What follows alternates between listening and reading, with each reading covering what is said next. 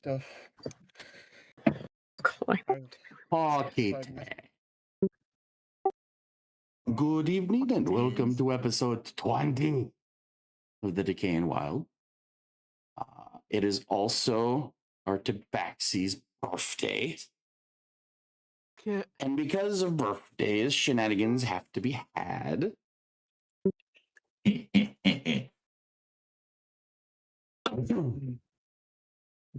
Composing oneself?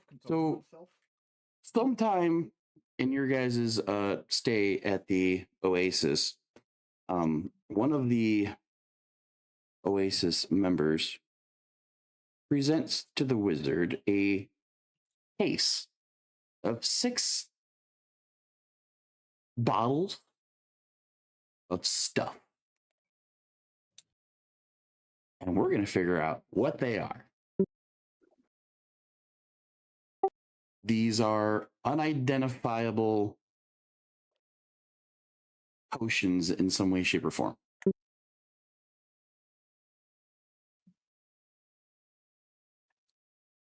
Okay. So we're going to start with 6 D10s rolled individually so I can mark down which one it is to determine. First thing is what type of potion these are going to be. All right. 60 tens individually. Mm-hmm. 1. And these rolls are going to determine if it's a potion, an elixir, a vial, a juice, a brew.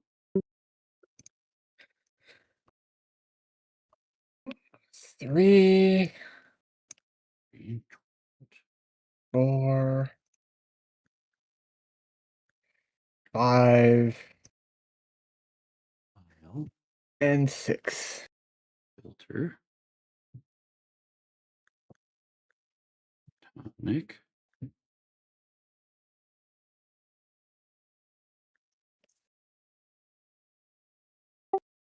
That was 6. I only wrote down 4.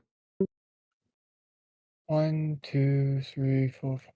Yes. 6. A 4, a 10, Oh, a 3, you rolled a it. 1, a 9, and then a 7. Okay, so 4.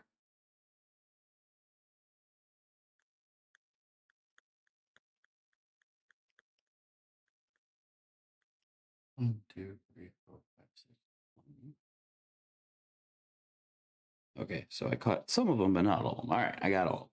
All right. The next step is going to be a series of D100s to determine the effect, the main effect. All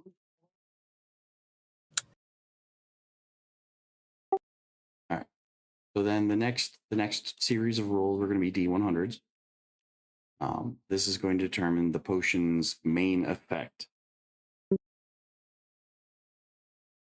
So 60 100 rolls? Yes.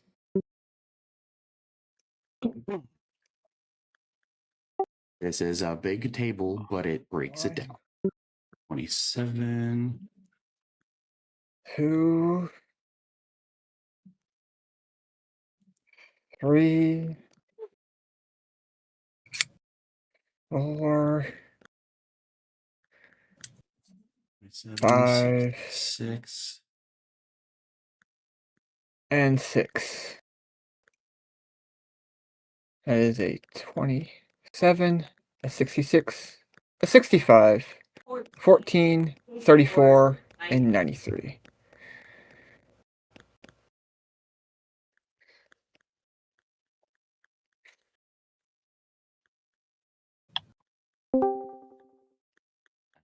Okay.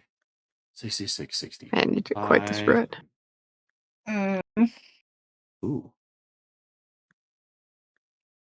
Could be good, could be bad.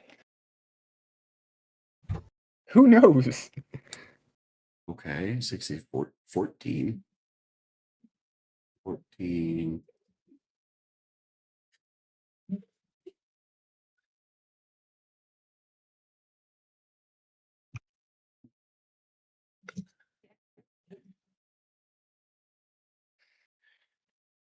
Seven.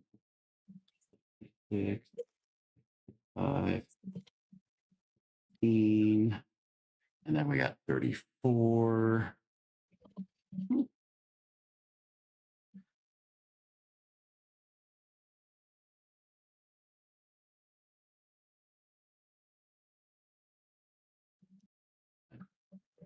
Four, 93.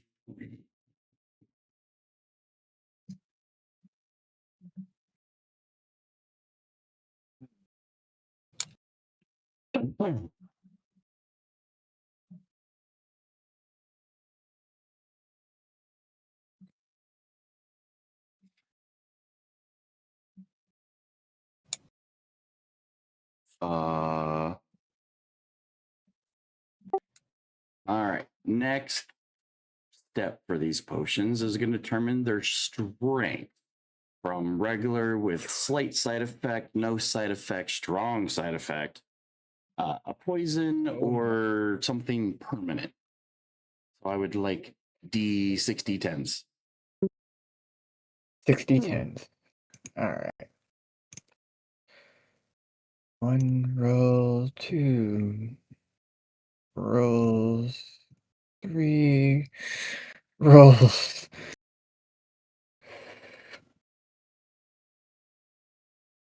Game. Damn. Uh, 7-1-1-1. Game. um, The statistic chance of that happening. Oh my god. I feel like you should get a mulligan for those 3. Well, here's the thing. I don't know if a 1's good or a 10's good. Fair. 3, 3.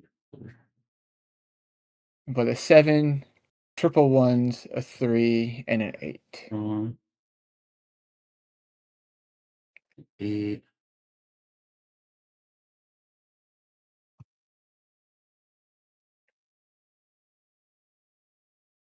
Okay.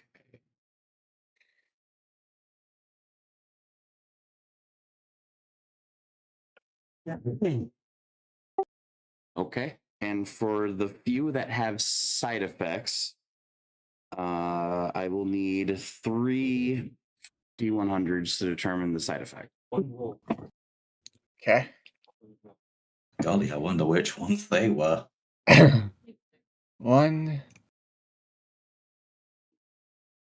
2, and 3. 13, 76, and 81. I'm just curious of the tables that are being used for this.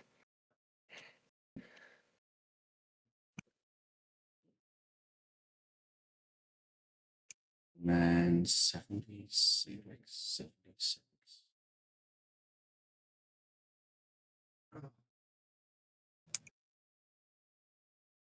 Um,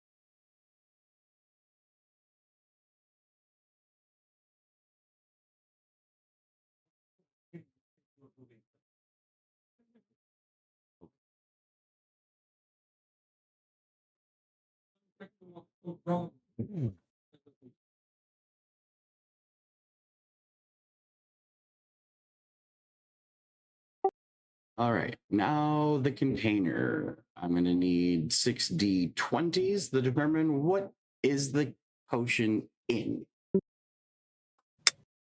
All right, 60 20s. Mm.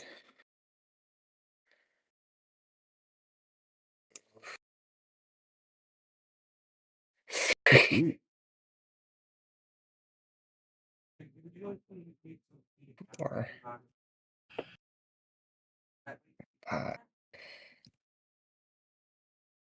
You and statistics need to have a talk, Griff. I know. 7, 2 nat 20s, a nat 1, and 2 13s.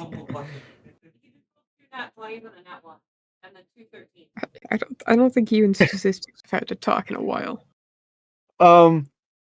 Blame the algorithm that is used.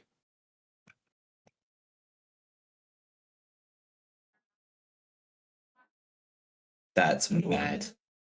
I hopefully am getting all the nat 1s out of the system for the session. And 13. 2021. Uncle C.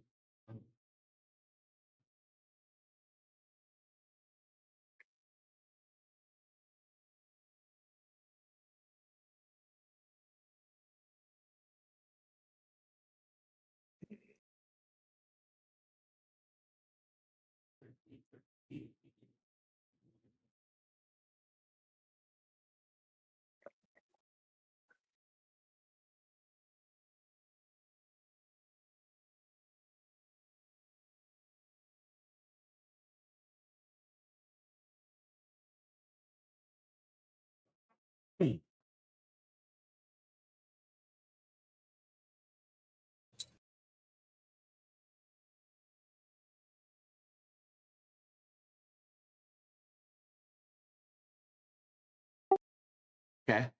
We're gonna go by the potion appearance. What color is it? For this, I will need d20s.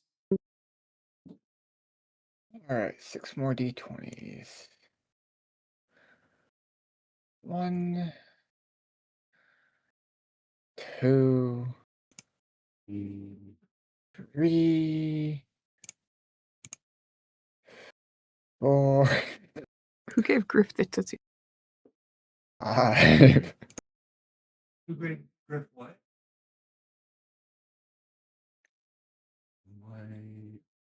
Yep. 15. Ooh.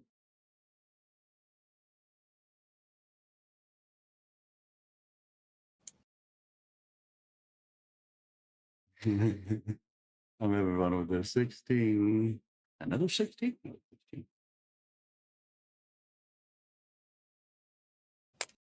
Oh, that's gonna be funny. Oh, that's gonna be so much fun. And then 19.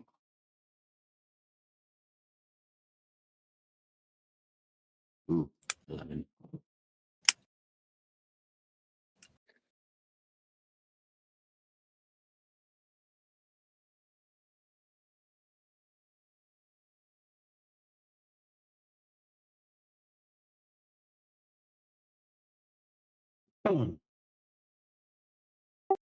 Okay. We got 3 more groups and then we're done. So this is appearance part 2. So now we have color, but now this is going to determine like the secondary effect or secondary color effect. So for that, it's also d20s. Like if it has swirls or stuff in it. Bubbles, swirls, if it glows, if it's oozing, that kind of thing. Alright, 6 more. 1, 2, 3, 4, 5, 6. We got 11.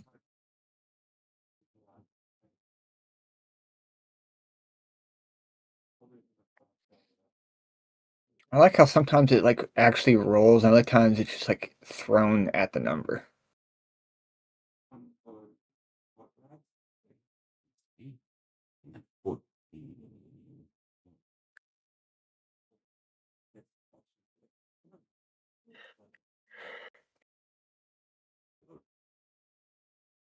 Uh, 16. I'm going as quick as I can, guys.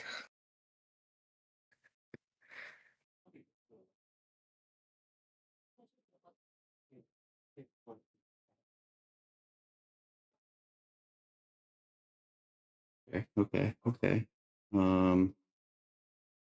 That was 16, 12, 12, 12, and 3. 12.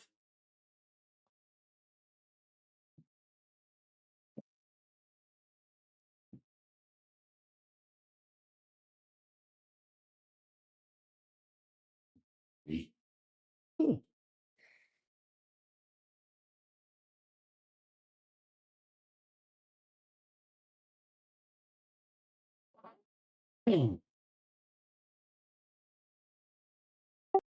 Okay, now we're gonna go the texture of the potion itself. Is it thick? Is it oily? Is it chunky? D10s. D10s. Mm-hmm. Okay. 1, Should've 2, more. 3, 4, 2. 5, 6.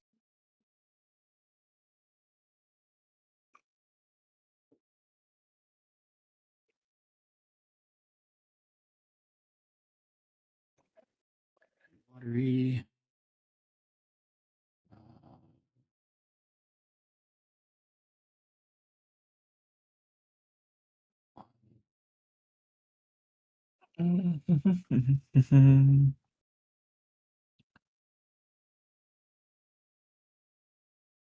Five.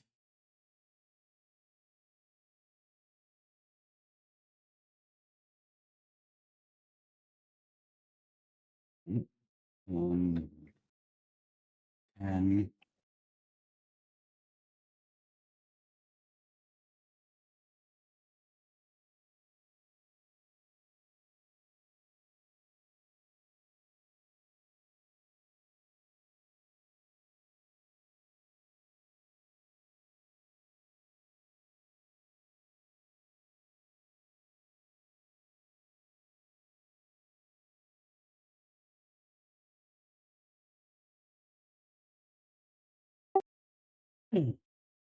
Um, so this is going to be a double up. The last one is going to be a two-parter. All D100s. First one is going to be smells like. Second part is tastes like. So I don't know if you want to do 1, 1, and then 1, or go 1 through 6, and then 1 through 6. Let's just do 1 through 6 like we have been. So 2. So then these will So all be 12, smells 100. Yeah. So 12 D100s. like. All right. I'll do the first 6, let you record, and then let me know when to do the next 6. All right. So many dice rolls. They're First so bad too. one. They're so bad. Second The first one. one. Third. We have 10. Fourth. Wow. Fifth. And that should be the first 6. Okay. So 10, 53. Hold up on the second round for a second while I catch up. Mm-hmm.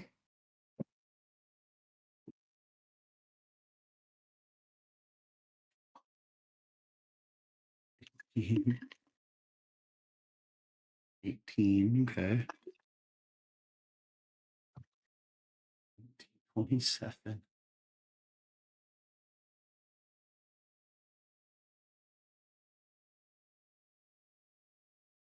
90 and 89. 90.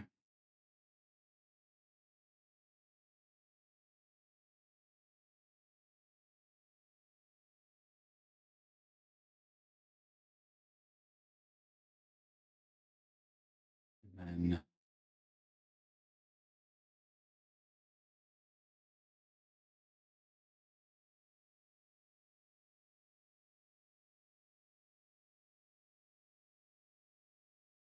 90, 89, 90.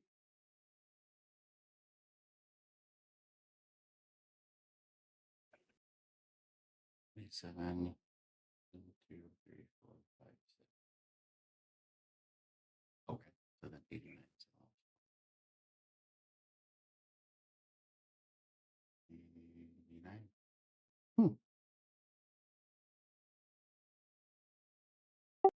Okay, that's all for the smells like. Now we're going for the taste like. All right. Next 6. 1, 2, 87. 3, 4, 5, and 6. All right. To be honest, the last time I rolled like this was for a magical weapon. I never rolled like this in a long ass time.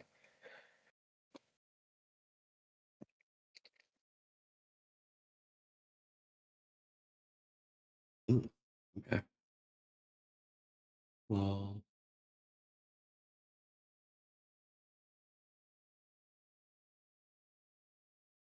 mm, mm, mm, mm.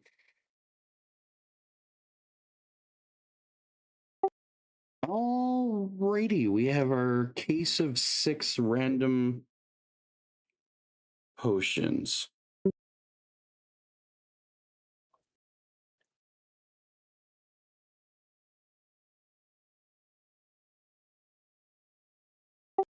So if you want to take notes, or I can type this up later, you have yourself a draught in a large bottle that can give you 3 swigs.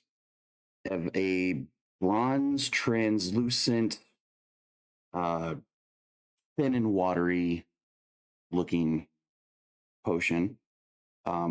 You have a vial in a small medical vial.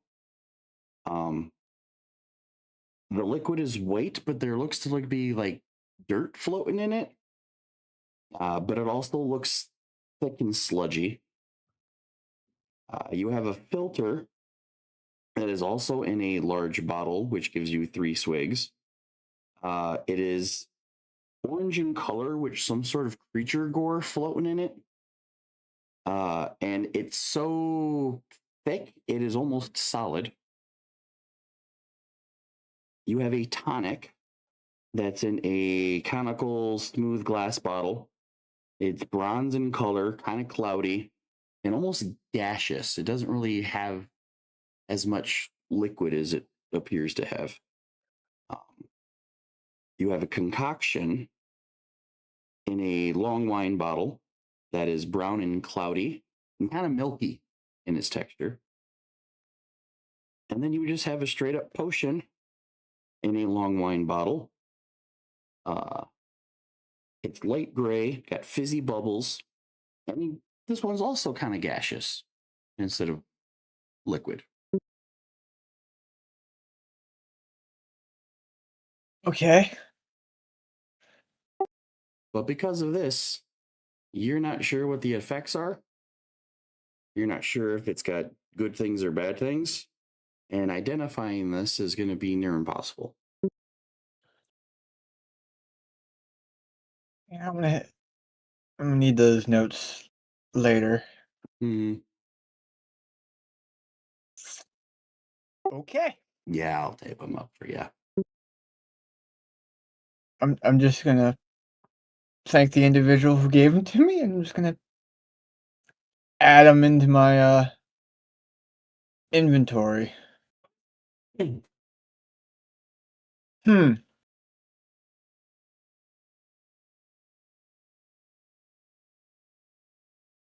I am both curious and very hesitant about these bottles. It's almost like a deck of many things in potion form. Yep.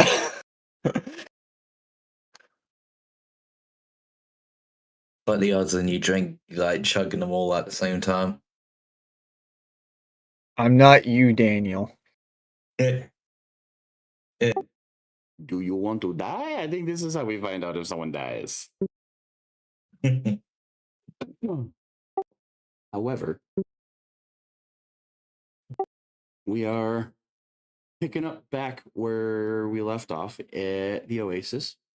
Camp has gathered. Ran into Thui and all the kiddos, and even the Goliath that became the Oasis's defender. And as you guys are walking in and meeting and greeting everybody again, I get to flip the map to what this place actually looks like.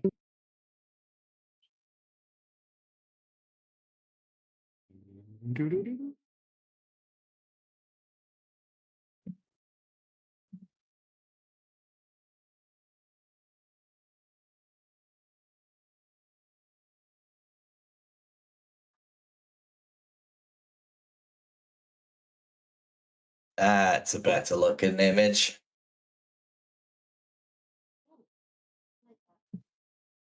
I concur. And because you guys have been shown around before, you know where the entrance is, the guest housing is, where the different farm is, the animal pens, where the bathing pools are. As you guys kind of come in and scatter about and do what you guys need to do.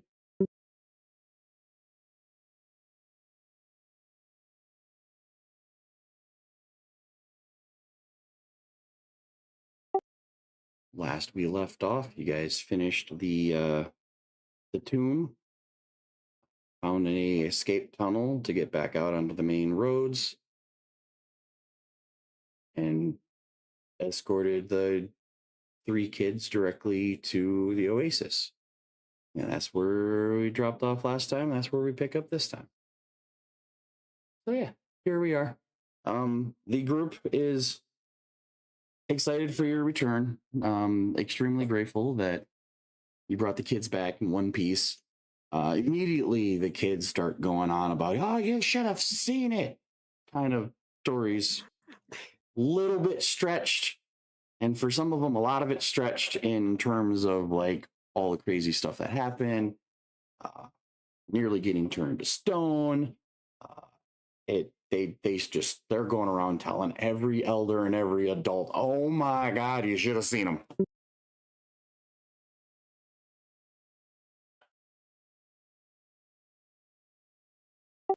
And while the kids are relaying the stories, you know, the elders and the hunters thank you for helping them out and basically let you guys have the run of the place of, all right, go and rest, go and bathe, go and clean up, gather about, you know, we'll make a feast on your honor. And from on there. So you kind of get let loose onto the Oasis, and I'm guessing some people go take a nap, some go bathe, some go get cleaned up. What do you guys want to do?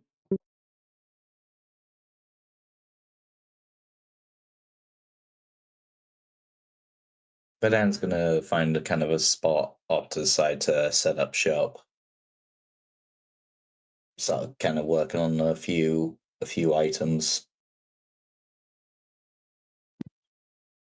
Viv's gonna find a dark corner and go read.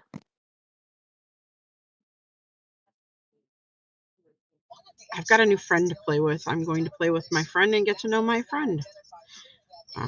Gonna also see about getting some food for my little kitty Midnight and taking care of them and trying to learn everything I can about my creature.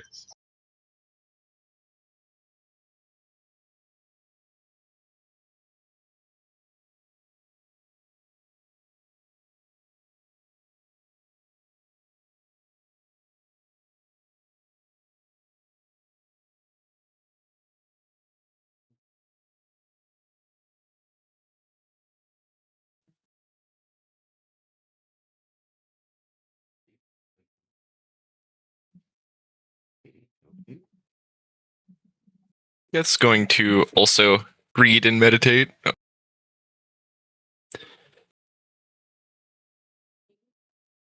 Right. Try to absorb as much information as possible.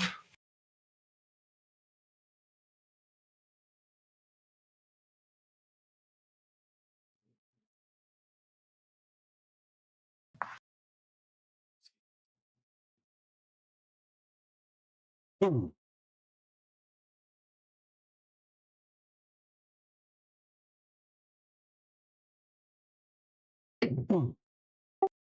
Okie dokie. You got someone gonna go play with midnight, going off reading, going off meditating.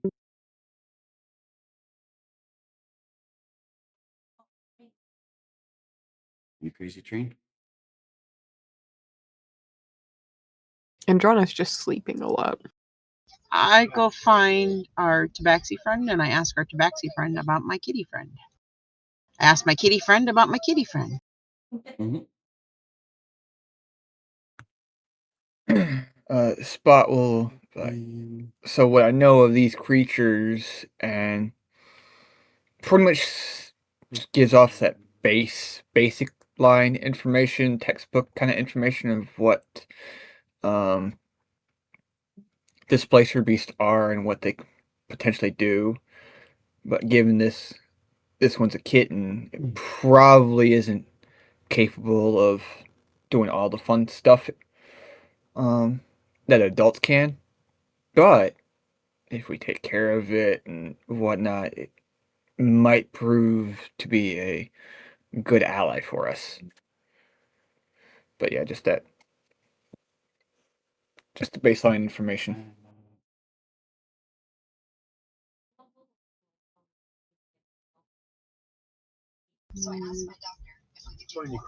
Okay, Brandywine leaves a little bit concerned and she goes, taking the kitten with her. She'll head up to the elders circle.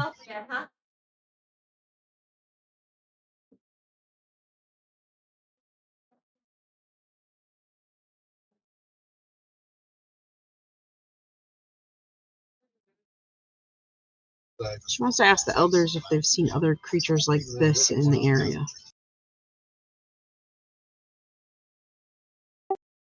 Other creatures like displacer beasts? Yes. Mm. They mentioned that they've seen a couple. Normally they're rare among these parts. They mostly exist more north. And the last one that they had encountered was leashed and chained by the bandit camp.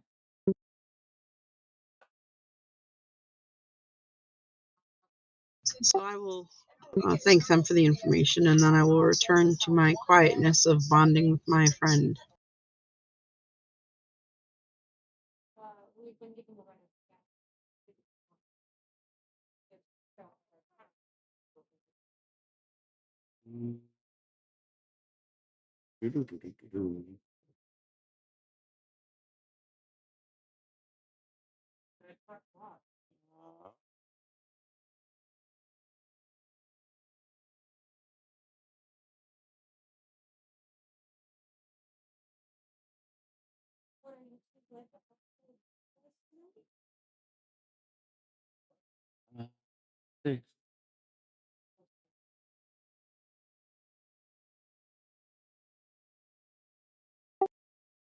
Okay, Rick is looking for Viv. Alrighty.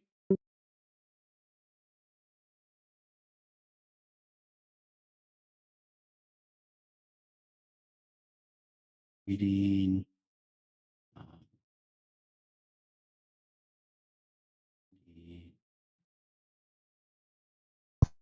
I'm gonna find someplace to sit and start reading that manual. Which one do you have? Quickness of action, which is for Dex.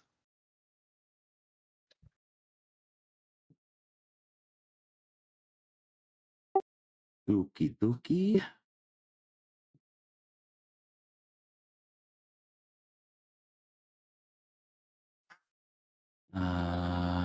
Actually, before I start reading that, I'm going to try to attune to that cloak again.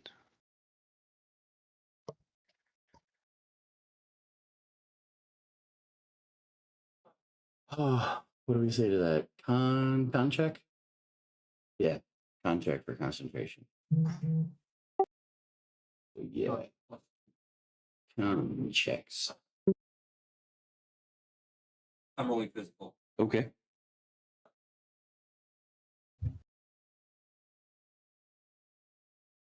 Night.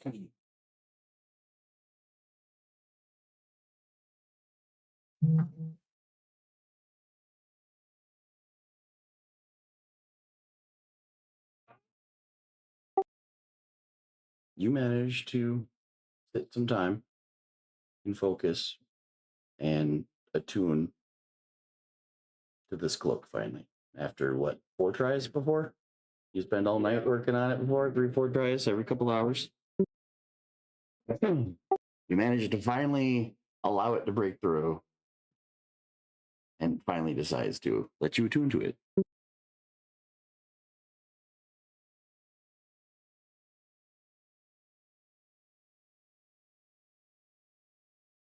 Uh, Then I find a place to sit and start reading the book.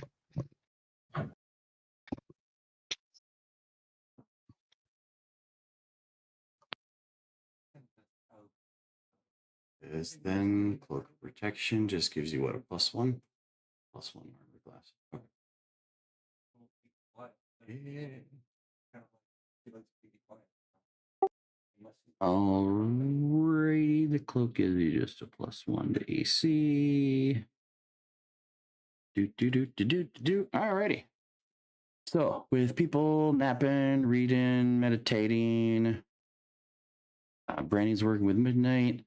Eventually, Rick, you go and find the barbarian, who's kind of off in a dark corner somewhere in the caves.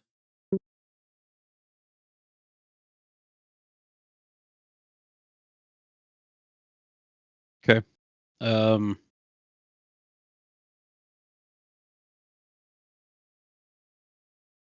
As Rick is kind of approaching Viv, he says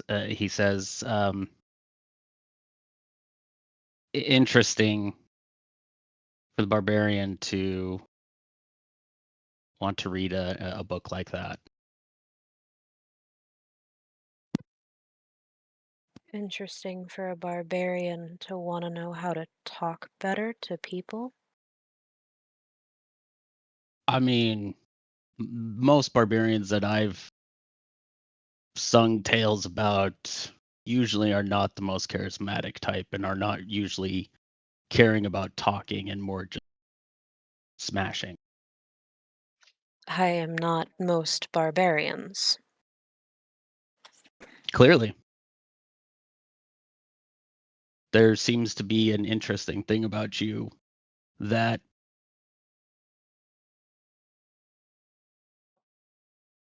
has been racking in the back of my brain. And yeah, you're clearly not most barbarians. So what did you mean by also the threat of fate?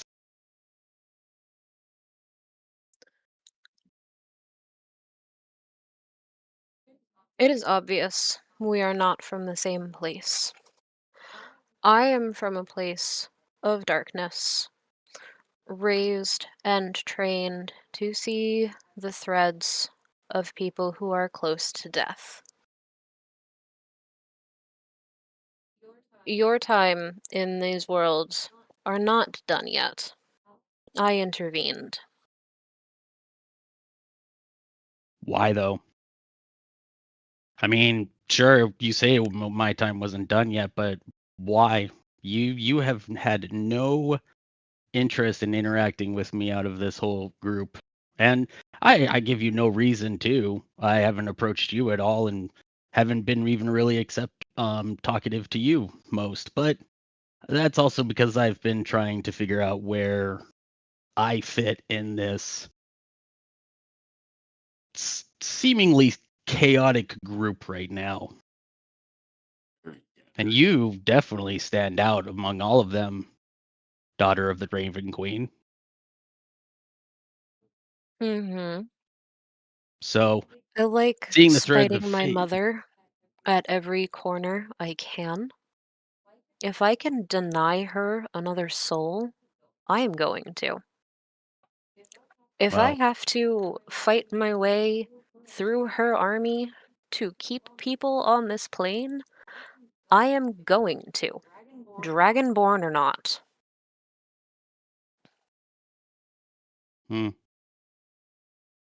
it's interesting that you say that. Because you sadly didn't deny her a soul. Is there anybody around currently? Us? Or is it just me and Viv? Tim?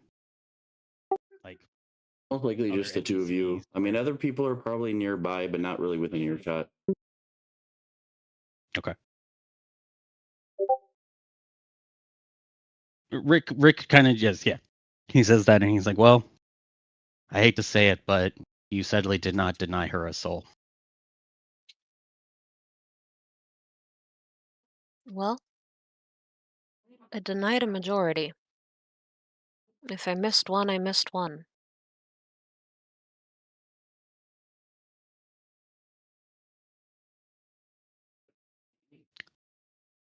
And it was a very important one, sadly. And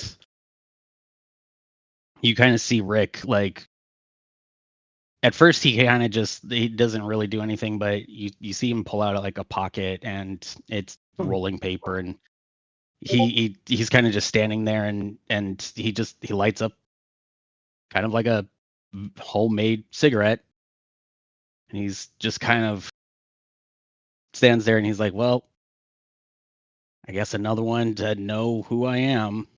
What fucking harm could be done? Kolim probably could have talked his way out of this, but us two can't do anything.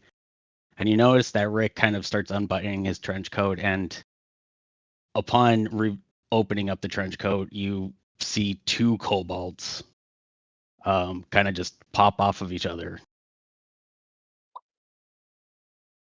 She's just gonna continue staring as it doesn't phase her. So you're two kobolds in a coat. It's technically supposed to be what, 3? And the one that you were talking to, he's kind of the red one, and you notice a green one that kind of looks there, and he actually speaks up, and he's like, "Yep, that was our brother." Siblings. I don't have any. I am sorry for the loss of the one.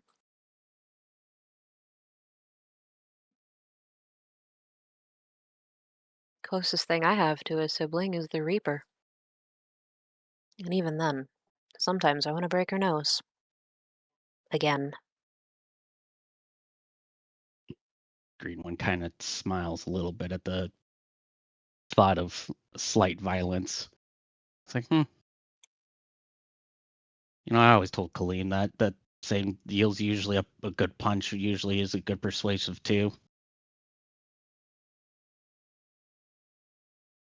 Get a So small glance from the red one, glaring off. Behave.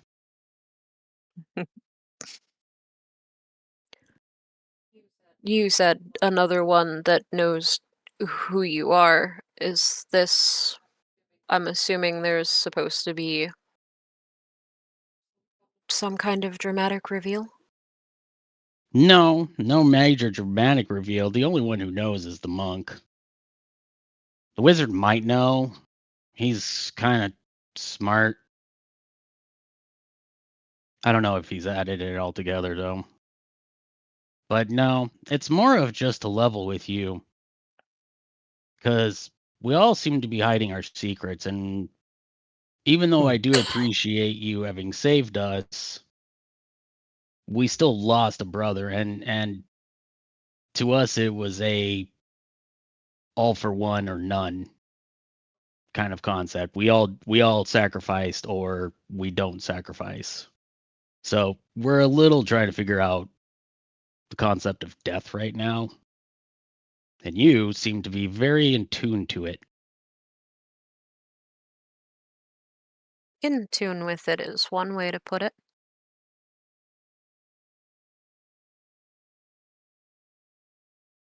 So I just wanted to level with you that yes, I may be a dragonborn on the outside, which I don't know if that seems to be an aversion. You seem to have a small. Actually, can I roll insight on? I should have rolled the insight on that when she did the dragonborn, but because I'm kind of because he's wondering now why he meant like just even dragonborn. Like, okay, like why did you mean that by like dragonborn? Like it seemed something very specific. Yeah, sure. Roll ahead for insight.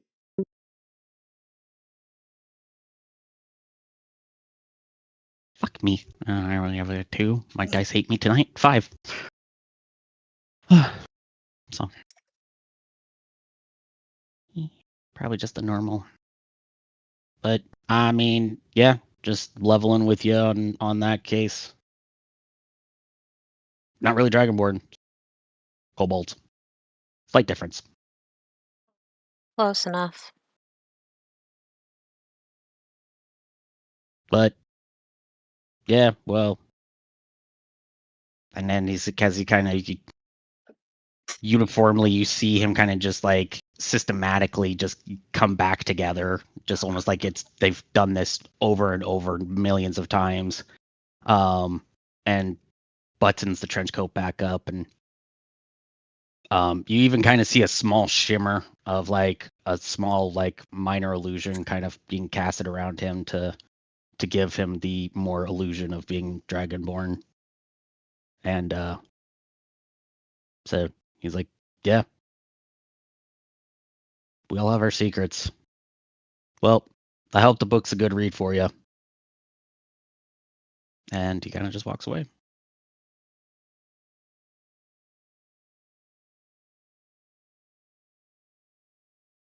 Still smoking a cigarette. The red one. Fish. As you kind of wander away, you realize that the ferry was a little bit closer, probably the closest one to you guys in this conversation. Just kind of doing their own thing, but potentially could have picked up on some of the conversation. The wizard is kind of like aimlessly walking around looking at the sights and whatnot, whereas everybody else seems to be doing something. He almost has that like waiting for something, roaming, looking around kind of deal.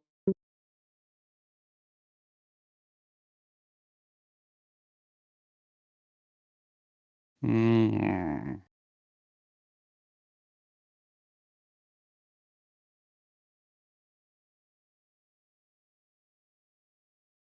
And okay.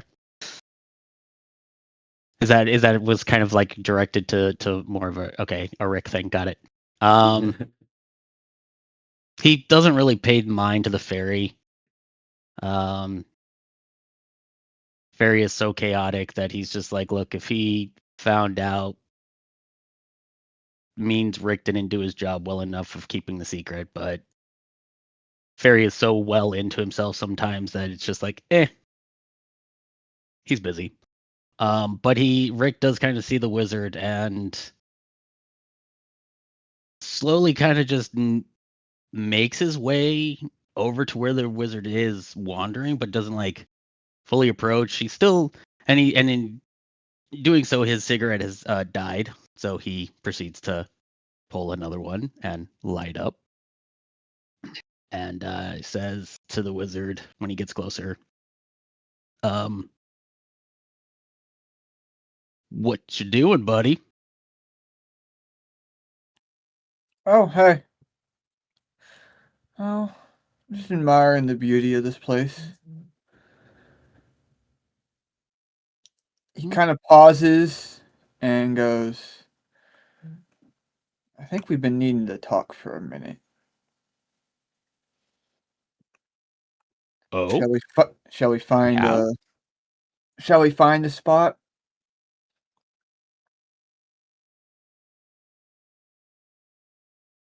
Rick kind of just gestures along and says, "Sure, lead on." So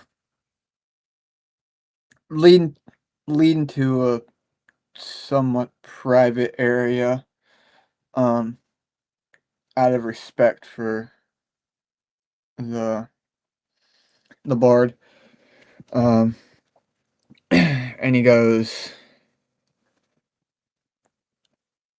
I saw the statue, and Ah, you did I you? I thought I recognized you from before, but What statue is this? There was a lot of statues.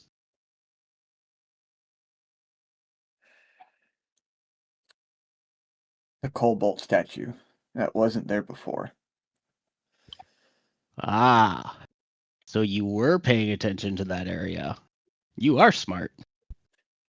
I would wonder I about am. you, Cat Wizard. I think he was the only one Also, to notice that. also, I recognized you from the start, but I couldn't quite place it. Um, back in the Sword Coast, I used to go to taverns to listen to music. And I believe,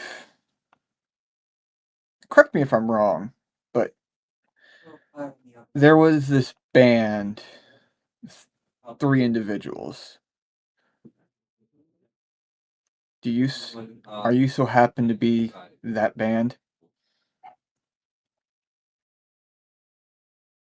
He's trying to be very respectful, and he's just like, am I overthinking? Am I going too much into this? Am I completely wrong?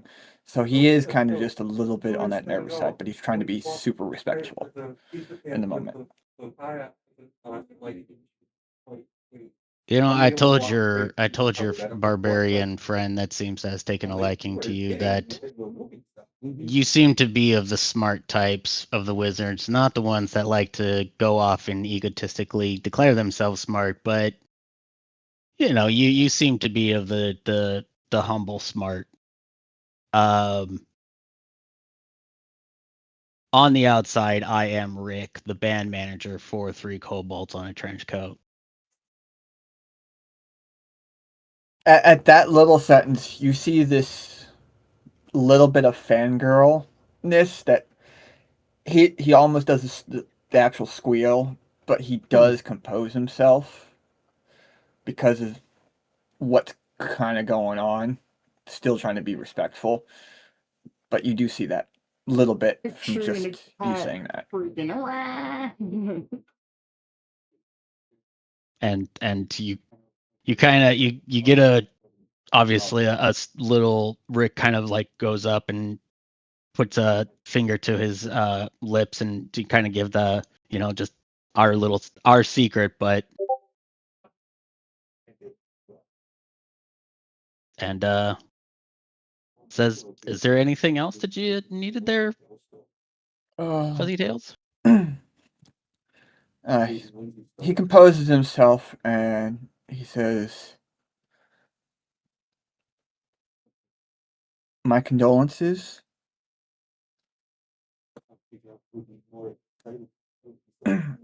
He's trying to find the words, but he just at this moment he can't. So the my condolences is the best he can do. And on the catch of like and at the moment that you kind of catch that you yourself kind of catch that like my condolence, but you kind of stop because you're really not too sure. Rick puts a hand on your shoulder and he's like, "I appreciate it, and I will pass on the message to them. Thank you." Mm-hmm. And when Kind the of that moment, like he gets it, like don't. yeah, and when the moment kind of gets to that little bit awkwardness stage, like where do we continue on? he then remembers, and he pulls out the stone. This was our prize from that whole ordeal. There are 2 items, and there's a choice to be made. I don't know if both items can be acquired or if it has to be one. But you and our cleric were the 2 that it suggested. Honestly, our cleric seems fine. They need more. They just need to learn how to throw a punch. Maybe even What actually what know how what to slap something properly. I don't know. Those are what some weak wrists that cleric's got. what they need is more guidance. Verbal guidance. So I think you will be the best to make the first choice if there is allowed to have multiple. And then he'll reiterate what that choice is between the armor and the daggers, and the whole situation. So, Yeah. if you want, or if you need Well, more there's time, usually a price that sometimes comes with pay when it comes to magical things. Even just to gain one item, there's a sacrifice. yeah, So I will think about it. I'll hold on And to it once you're ready. and we'll see how things go. Yeah, But I appreciate your kind gesture there. Stop pause. not a problem. And don't worry, I'm not gonna tell anyone else about your secret. That is yours to tell. And if you want my 2 cents, I don't think the majority of the group is going to care. Hmm. It might help by opening up. It might um, help to bond with others. And then he just kind of leaves it at that, and you can clearly tell he's ready to move on to the next thing. Well, Rick has been just waiting. He's been leaning like whatever wherever in room we've been. It's just like he's not really like, yeah, we can end this and leave. You can leave. Obviously, a lot of food for thought in Rick's brain right now, and so he's just not really, yeah, it's not really blocking the way for you. So it's like, yeah, you can move on. Yeah, once it's clear, and it's kind of clear that Rick wants to kind of just stay. Spot's just gonna kind of go meander the farm area and just enjoy the nature that's there.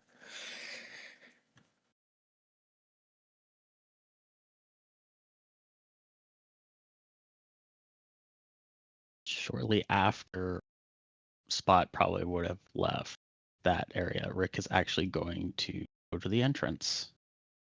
He is going to go outside.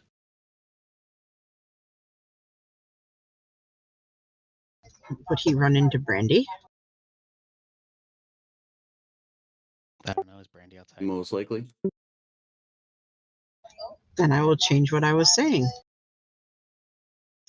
Brandy looks a little panicked. She grabs Rick and points to the ground and shows him. She says, "Look, there are cobalt tracks and they go north."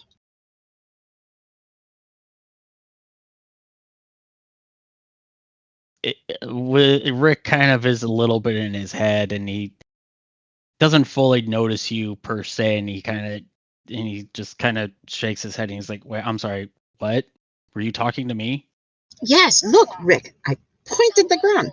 Look, my friend. there are cobalt tracks and they go north, right out of the settlement. That is very interesting, Brandy. Why are you telling me this? Because you're the first person I saw. Ah, that's fair. Yeah. Have you been out here this whole entire time? Yes, I was teaching Midnight about tracks and the importance of knowing which tracks are which.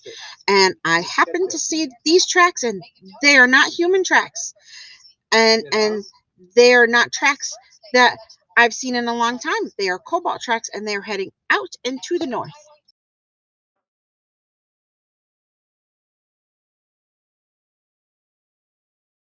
Rick kind of just stands there, and you can see he's in thought now about some things. And thank you for letting me know, Brandy. Have you gone to investigate though? Like, Well, no, I didn't want to leave the settlement without letting you guys know. I mean, we are friends, and we're traveling together to get home, I assume. And I would like to be friends with everybody because you're all very nice people. And I think that wandering with people is a benefit. It makes me happy. well, I'm glad that you are very happy, Brandy.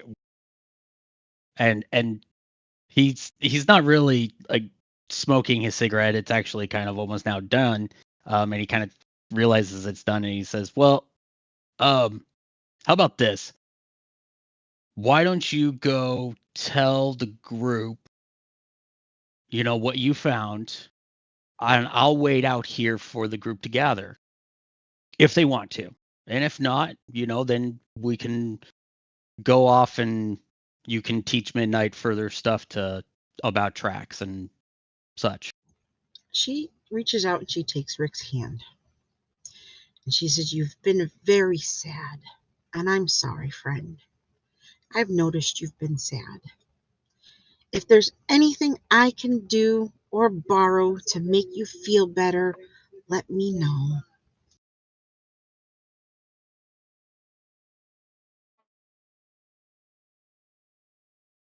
She'll let go of his hand and she'll head in No, towards no, Banana. Ray kind of just like sat there for a moment. He's just like, "Oh God, dude. Oh God, you pulled the cuteness. You pulled the cuteness card." Oh, Brandy Um, looks at you with her big green eyes and her little smile, and she's very sincere. Brandy is exactly what you see, loving little ball of excitement. and I thought I was the dramatic type. uh, he Rick says, "I appreciate that. But again, what? Yeah, why don't you, go let the group know what you've been up to, and I'll wait here. And if anybody wants to investigate, we can all investigate, like a family Okay. kind of thing, Well, how about or we go or get a or a dinner band." first? Dinner first, resting next, and then we'll go check. Because Trax and I are good friends. I can find them anywhere. You could tell Rick is trying to persuade you to go ahead of him, and such like that. He's trying to persuade you that he will Brandy he will. says, So "I'm just letting you know her intelligence is 10. She may have a wisdom of 18, but her intelligence is a 10. She's dense. She's cute and dense." oh, I know, and that's why I'm just like, yeah, I will. You go start dinner, get the group going, and I'll be right behind. I'll be right behind you here shortly. Okay. Then we can go follow those Promises. tracks. How's about that? Promises. Promises. Okay. She goes to find the group to help make dinner. And Rick goes stealth.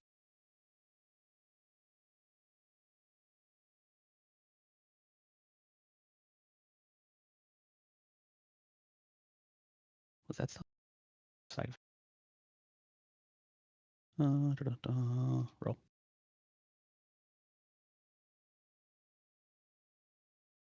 And Rick disappears to follow some cobalt track.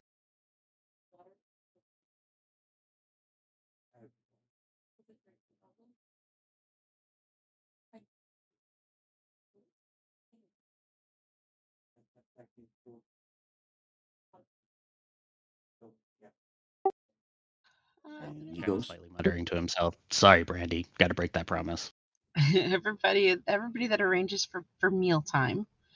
I let everybody know what I found, and I'm looking around for Rick because I'm very sad if he's going to break his promise to me. It'll make me very sad, Brandy.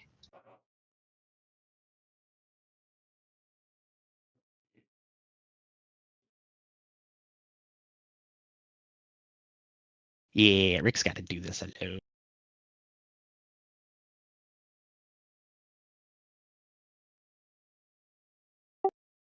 Keep going.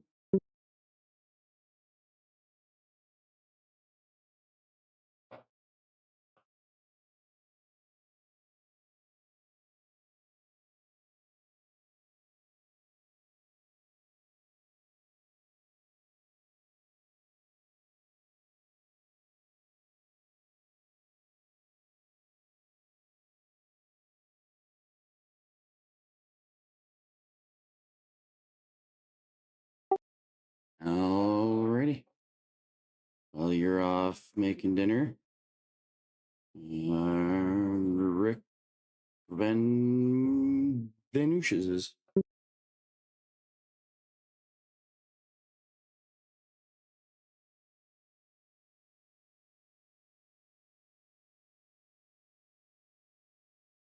And at that point, also, Tim, for you to know that as character-wise, while they are out, they have decided to scatter in a form, so they are the two kobolds right now.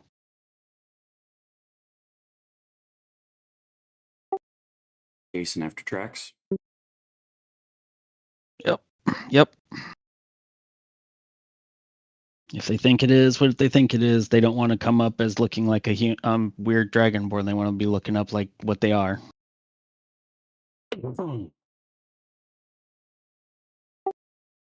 Tracks head north and off into the desert.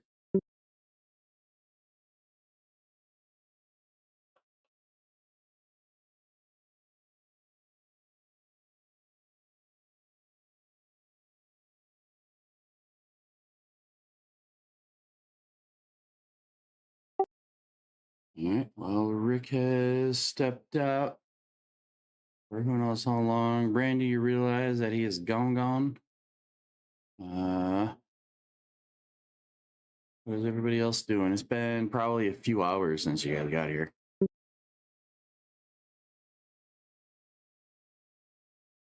Well, Brady's kind of waiting for everybody to gather to eat.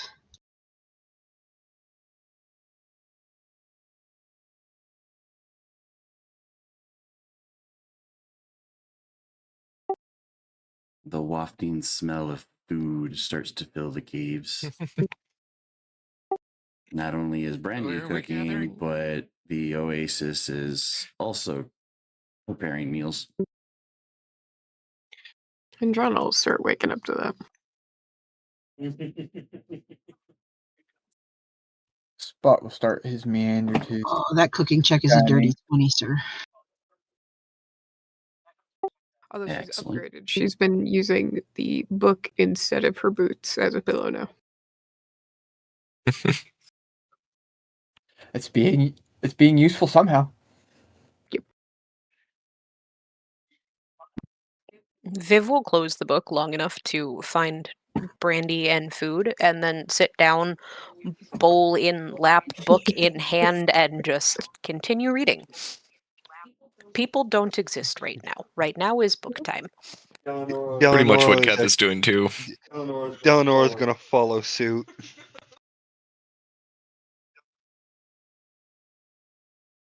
I forgot to ask Tim, what technical day are we on out of this whole adventure? This is just more for my note taking for Rick to just like brain wise. And about a little over a week.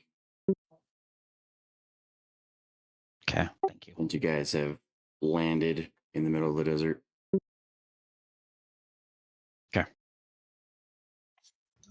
Brandy looks stressed. She keeps looking around like we're missing somebody. A few somebodies.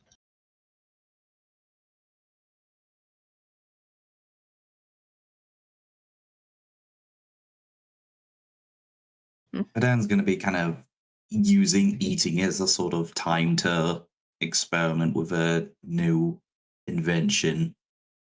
It's a bit crude looking, but anyone really sees is like two prosthetic arms coming out of his like by where his ribs are.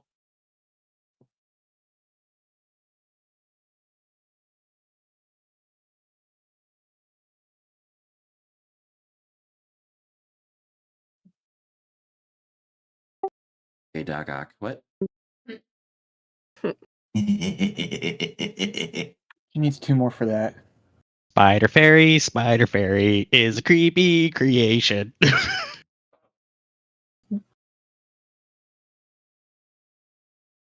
You know, Kath, they often say imitation is the best form of flattery. Hey, I mean, Kev's pretty I bet you're fully badass. flattered. Brandy will go over to Keth and tell her that Rick is missing. Come. Tell him that Rick is missing. Hmm. He's not here. He told me he would come for food when I can tell you guys that I saw cobalt tracks heading north, and he's not here. I am very worried he went to find them alone. I think Rick needs a little bit of alone time. I think it'll be good for him to get some walking and some fresh air. Are you sure? It could be very dangerous out there. I think they can handle themselves.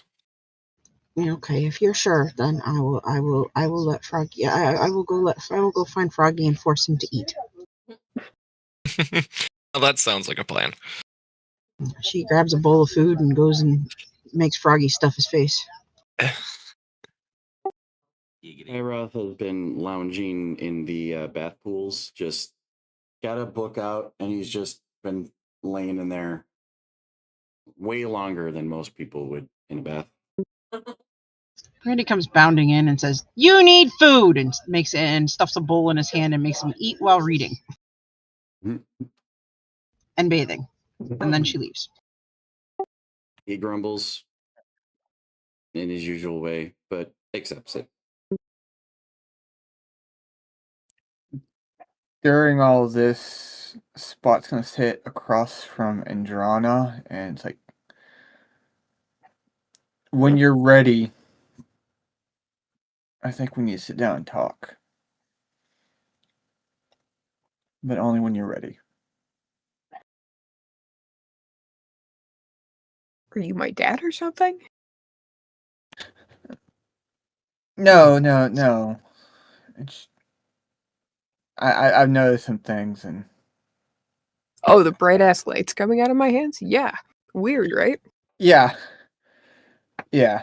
So I was looking for an opportunity to speak with you. We're kind of in a safe zone now, but you seemed like you needed to sleep, so yeah. So whenever you're ready after dinner or whatnot, we Yes. can have a conversation. But Oh, we don't need conversation. Clearly, like I'm a sorcerer or something. I saw those guys all around all the time. I And wouldn't. Miranda just comes from nowhere. No, I wouldn't exactly say you're a sorcerer.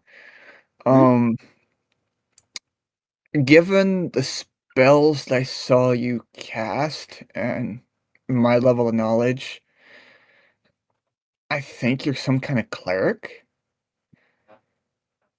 How? I don't have a god. This is interesting. Mm-hmm. I mean, Well, I'm a sorcerer. but you've been doing a lot of healing slash Hmm? I think it would be classified as divine spells. Is that why it's so bright? Yeah, kind of that radiance. But Listen, man, I didn't do any of this stuff until I walked through that portal. So for all I know, some mystical wee magic turned me into some sort of, I don't know, see, and white sorcerer or something. from what I've read and what I understand, usually clerics, they talk to their deity. They have some sort of known relationship. But for you, you're a puzzle because it's clear that you don't. That's what I said, yeah. So I figure I'll just keep throwing my hands towards things, and we'll see what happens. okay. Well,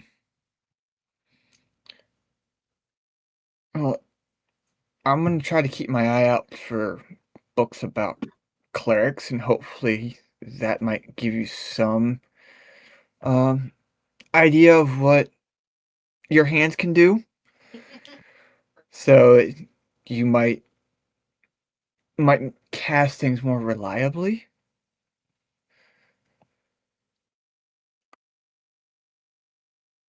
Oh.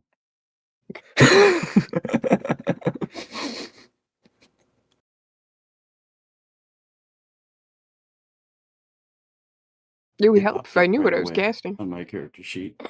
Yeah. Popped up on mine. I mean, as a wizard, I don't know much about clerics and their spells that they can cast. So Org. figure if we can get you some information, you can get more proficient, and I don't know, maybe figure out how to try to reach who's ever granting you your powers, which I don't even know where to start with that. I got nothing, man. Yeah.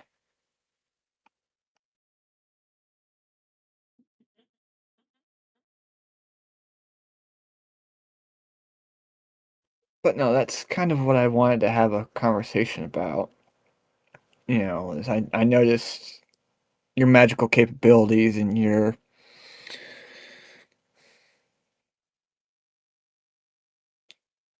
unawareness of how you're doing it. Is this like wizard puberty? Is that what this is? No. Okay. This No. is like wizard Oh, puberty. sorcerer That's mad. puberty.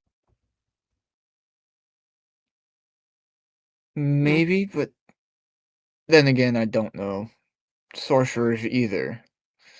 Listen, man, I've only hung out with liches and necromancers.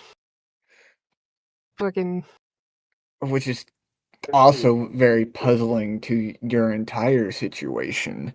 'Cause, correct. I mean,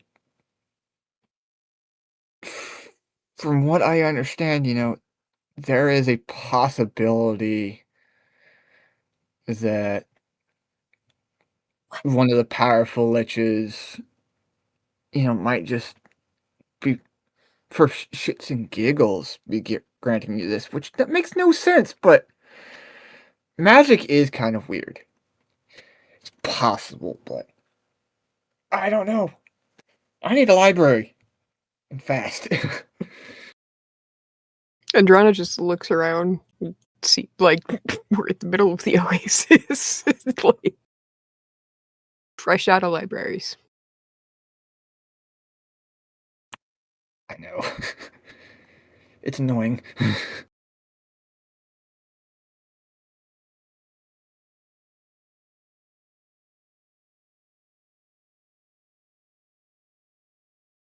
At least my book updates from time to time, so I do have more reading material. You can read this one if you want. She holds out the book for straight. It's not the greatest book. is she straining to hold out the book? Oh, she's got both hands on it. She's Spot puts his hands on it like, out of everyone here, you do. I don't need this.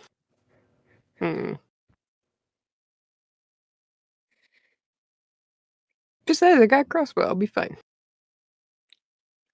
You know what? I'll hold on to it for you in case you do want to read it at some point. Okay. Yeah. So he takes the book. He puts it with his other book, and then just kind of goes back to eating. Just like, all right, I've said my piece.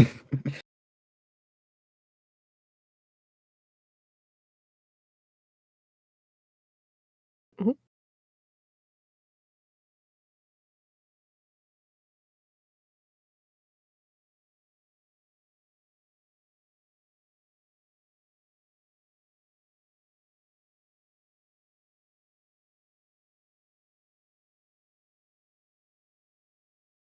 She keeps eating.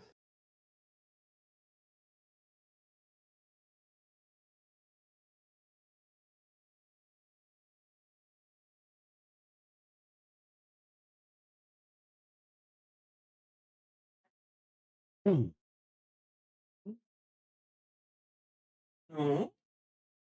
Collection of people in the corner. And so massive. What's that?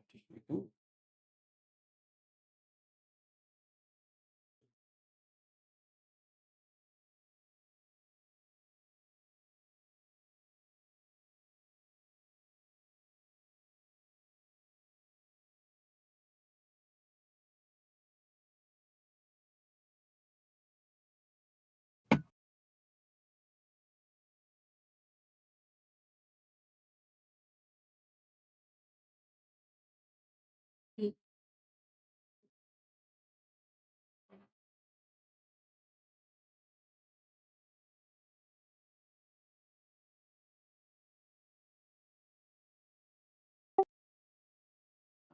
Ready? Yeah, you guys gather and eat. Whether you guys have your meals or whatnot, eventually, different Oasis members come over and also lay down food and drinks and stuff like that to join in on the meal, and you guys feast.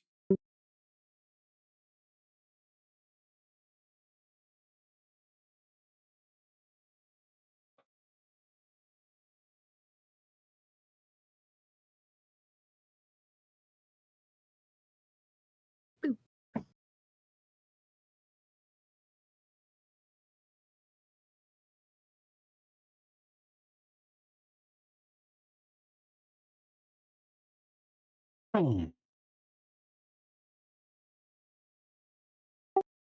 All right. Rick, while you're out and about, give me a survival and an investigation check.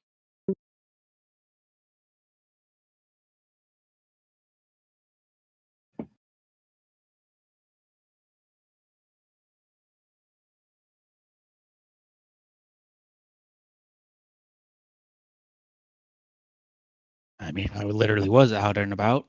I was away from Mhm. my computer. Sorry about that. Nope, you're good. You wanted an investigation and a what check? And a survival. Survival investigation. In any particular order or just either order? Doesn't matter. No order needed.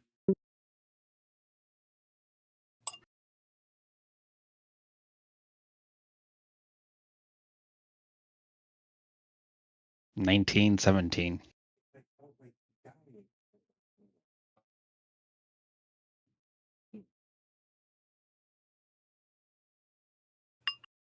Oh.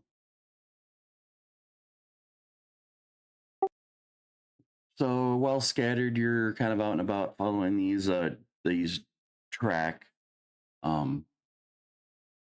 It's hard to, even for you, it's hard to tell if there's just one or more than one. Just because of how single file the tracks kind of look. Um, and they are kind of faded, so they are older. But you do manage to keep on it and kind of zigzag through into a bit of a small clearing, couple little woody area, um, kind of like in the center of the desert. There's just a little tiny pack of trees and bushes and shrubbery kind of around where your tracks kind of lead off into. Kind of before we like actually enter, we both like look at each other and fuck, sometimes I forget their names. Ignis, he says to Reptar, and he goes, "That's weird. Why is there a giant thing of greenery in a desert?" And Reptar kind of just shrugs and he says, "Look, we're not smart. Let's just keep going." Okay. And they just both kind of just go right on in.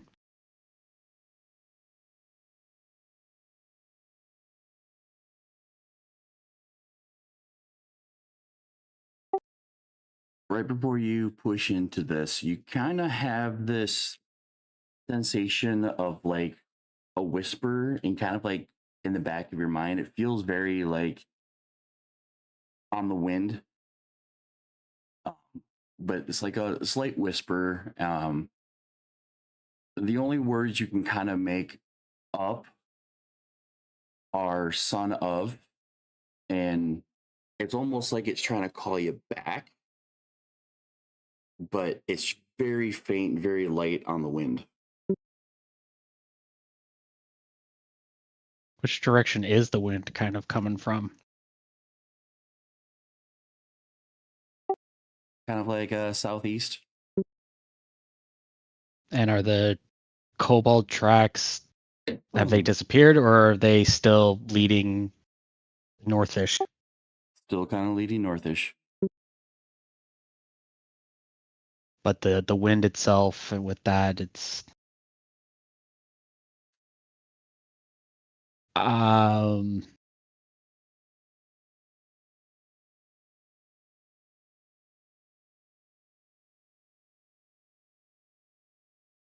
I gotta incite this on myself.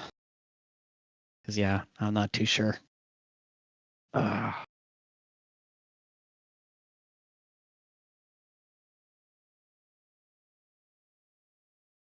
You're giving me the split road there, Tim. And I don't like it.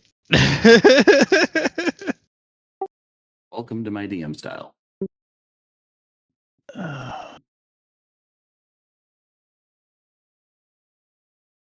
Well, he's not really. The two kobolds aren't really picking up on the wind just yet. And the percentage I rolled was just probably right at that point where, yeah, I'm just going to kind of keep following the kobold tracks for a bit more.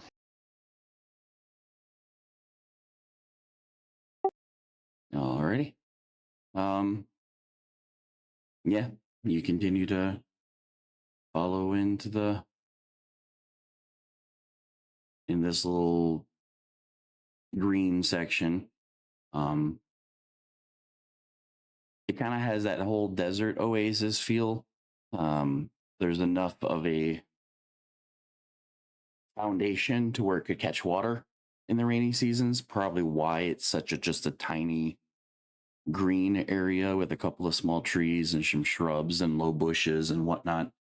But you kind of dip in, and the trail kind of veers off in different, almost like in different directions. Your investigation knows that it's still the same track, but obviously it's an area that is well traveled, as the tracks kind of seem to kind of go this way and that way and back up on itself a couple of different times, which kind of gets you now to have that feel with the survival check that something is near, but you haven't quite found it yet.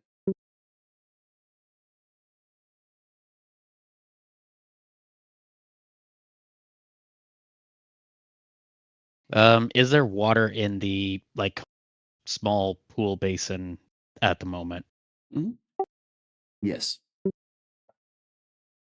Okay. But a really Those small kobolds amount. Yeah. I mean, they're basically going to just kind of walk up to it just for water drinking and to kind of think things over right now. Because they're wondering about what is, why is there cobalt tracks leading all the way out to like this small oasis? Like kobolds are not really known too much to be out here in the desert. Like we like our mountains. We like to burrow. So this is weird. They have a weird feeling, but they can't figure out why. So they're just kind of sitting there right now, thinking it over. Righty.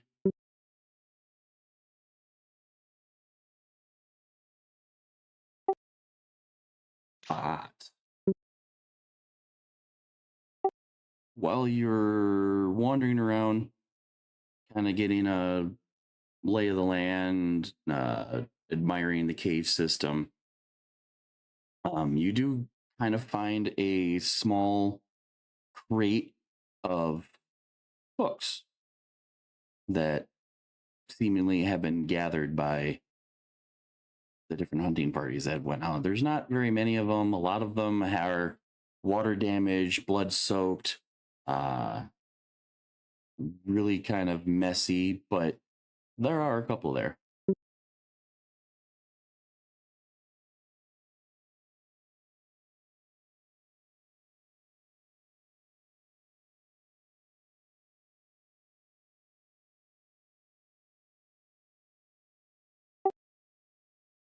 Griff.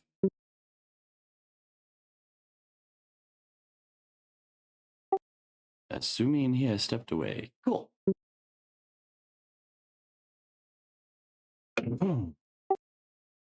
Well, for the two that are reading,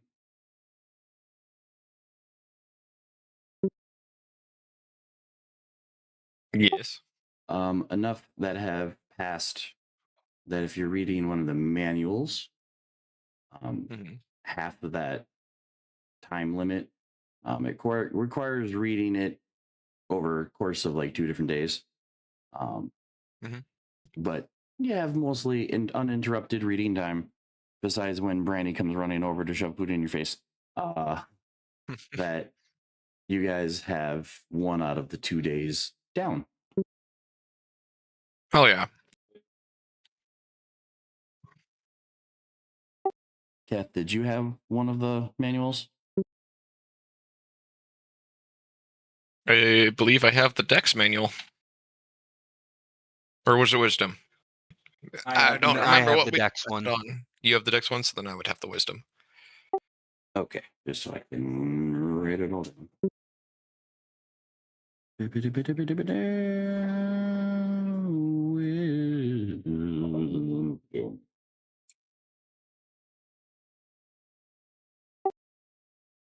Riff, did you have your headphones on to hear what I was saying? Partially heard, partially not. While you are out and wandering around, checking the sites and kind of lay the land, you find one of the areas where the hunters bring back materials, and you find a small crate of a couple of books. Most of them look really kind of worn, water worn, blood covered, dirt covered. But there's a couple in there that you can maybe peek through. I start going through. I also try to do prestidigitation to see if any of like the filthier of the books can be restored. If not, do mending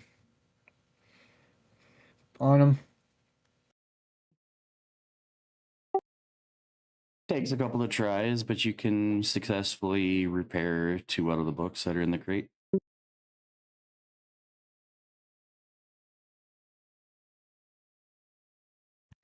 I sit down and start going through the books.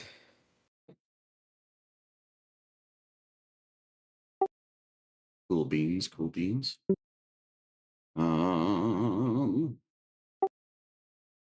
Barry's still working away off on their own.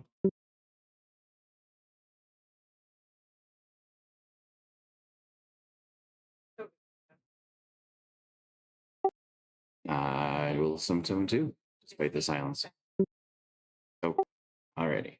Andrana, what else are you working on during this time frame?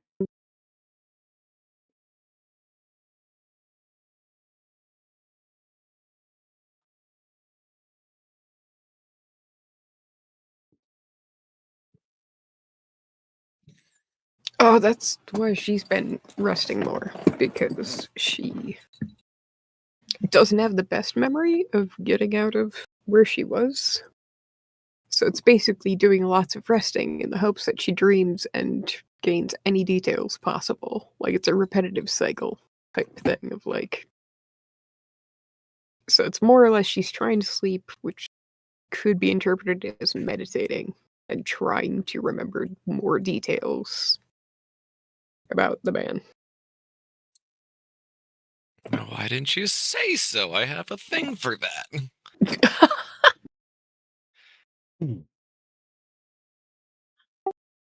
Yeah, despite how some of the members of your party seems to be kind of secluded, Indrana is really trying to be like, yeah, I can talk to you for a minute. Let me go back to again. We're meditating again.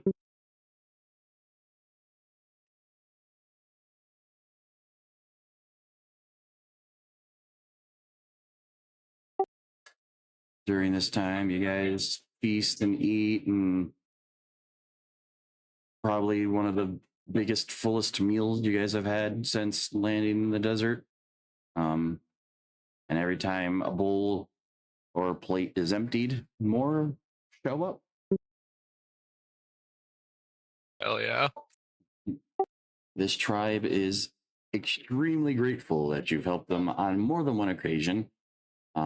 Especially how that the Goliath has kind of stayed back to kind of help train the hunters and fighters and whatnot into being able to defend themselves a little bit easier.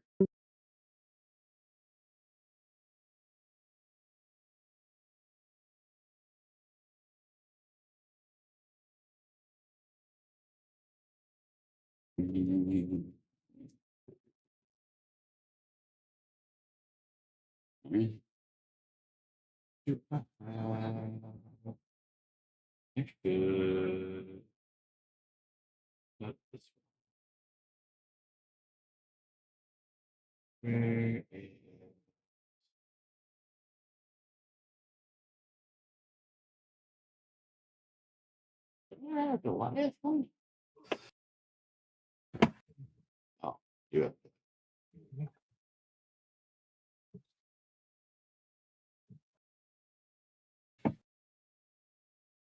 I mean, I guess also if Kath wants to notice that, like,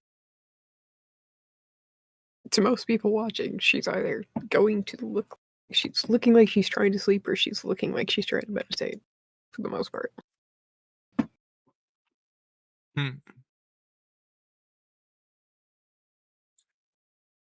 Hold on here.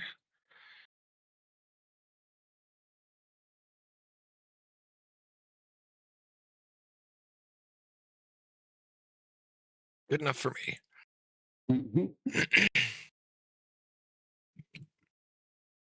Yeah.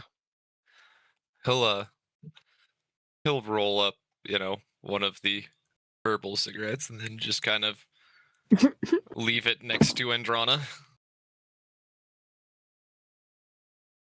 Thanks, Mike. Takes a cigarette. Take a cigarette. Sweet. Our monk is going to be our fucking hippie stoner dude. Listen. Gets me answers. Hell yeah. I am down for it. We're gonna need to figure out how to supply this man. It looks like That's what the little one's for. Yeah.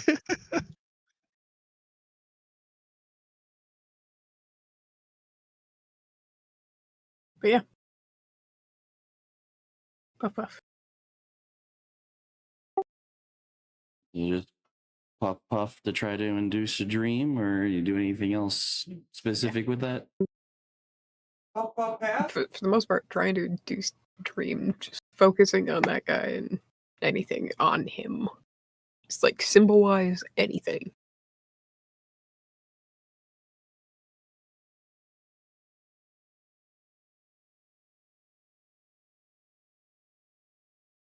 Mm, I'll take a break from my reading and do some dream walking here. roll me a perception check with advantage to see how much you notice during this adventure. Me or Johnny? You, Vendrana. With advantage. With advantage because of the monk's assistance. 22.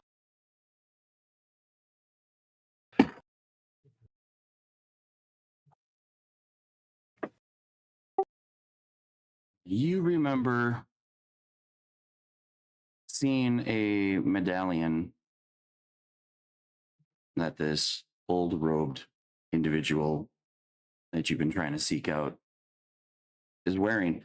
And at first glance, you thought it had the same mark of Vecna. Mm-hmm. It was the same kind of, there's something there. You can clearly see that there's an eye. And you just kind of internalize that as, okay, cool. Must be somebody that I knew from the cult. But with the assistance of the dream walking, you kind of get a better glimpse of this. And you notice that the medallion still resonates with an eye. There's still an eye at the center, but it's not a hand that you see instead. I can see it. It's a hand? Mhm. Or not a hand?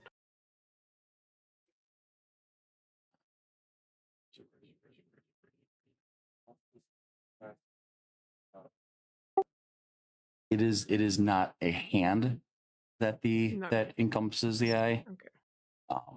but a silver circle.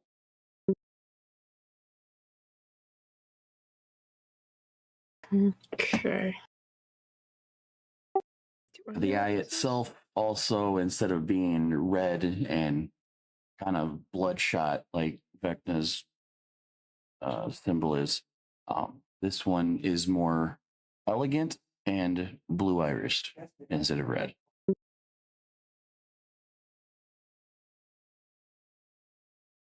Do I know what the symbol is or no? You don't know what it is, but seeing it brings you a rush of comfort. Like it's almost familiar, but not something that you have recognizably seen. Not something I'm not. It's not pinging as something I've seen, but it's a feeling. Mm-hmm. Okay. Yep, it is a feeling of comfort. Which, for the monk listening in, will probably also give vibes of confusion at the same time. Like the Drana's feeling comforted and is confused by that comfort.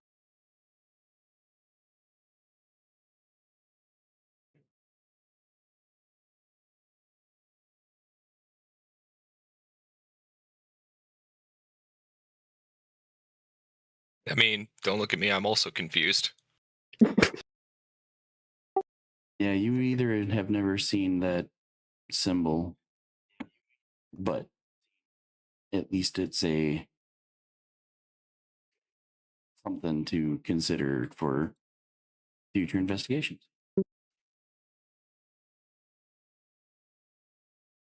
Hmm.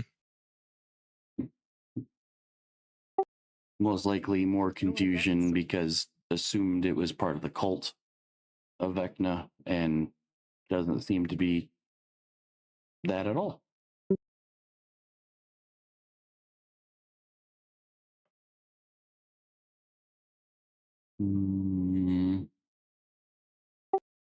Roll me, Andrana, roll me a history check with advantage. Mm. Try to dig more through memories of your last encounter.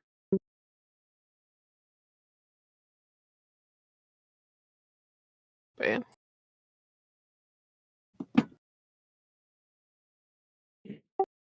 You recall your last encounter with this figure while you were still part of the cult. This person was the one that convinced you to leave and kind of seek out different area that eventually brought you to Valenthia, where you guys started your adventure. But now that you can recall the medallion was not the cult of Vecna, the familiarity kind of makes you question how they get there and why weren't they, like, you were surrounded by people. How is it that nobody questioned this person's existence? Yeah, and you remember them basically telling you that your entire life with the cult of Vecna was a lie, and that you needed to seek out who you really are, and that you internalize that as I need to go away, which brought you here. Cool. Cool. Cool. Cool. Cool. Cool. So I learned a lot and nothing at the same time. Perfect. You're welcome.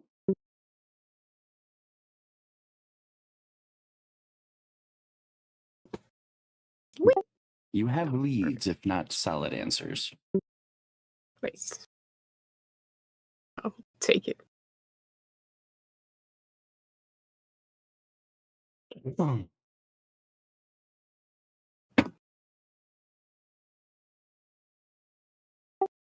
Cool spot. One of the books that you have has a old map emblazoned in there. It's the book is dated from like a century ago. But looking at this map, it does not resemble the terrain that you have been walking. Okay. Do I at least recognize this map, maybe? Or any features from it? You do. I would say that you would probably recognize some of the symbols on the map that give it its name.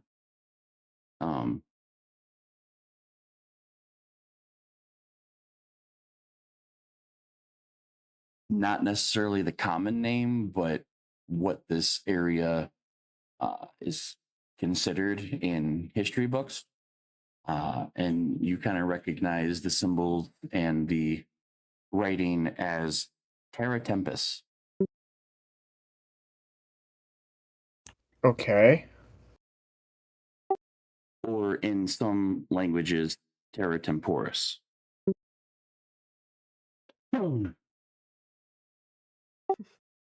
But to some of the locals, they nickname it Tarragon.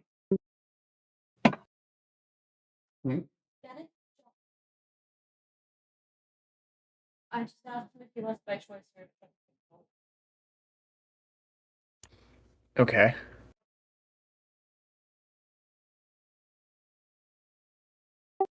On this map, there are a couple of city names that you can kind of read through the wear and tear. You recognize Xanadon.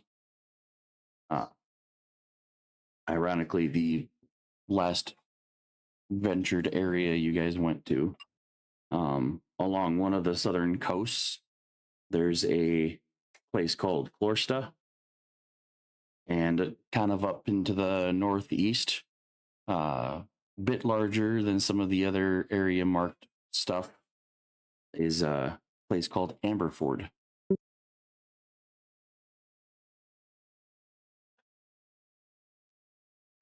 There are other named cities and regions and whatnot, but the map is kind of worn despite the mending and the prestidigitation to kind of get too much more from it.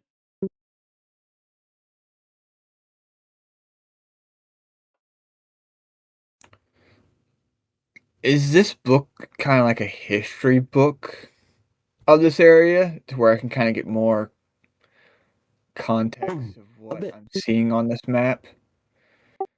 But this map I shall reveal.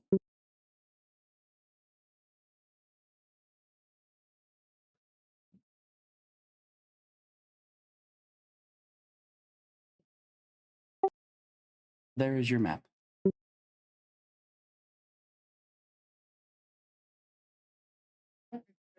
I take it we are in the southern portion of this continent.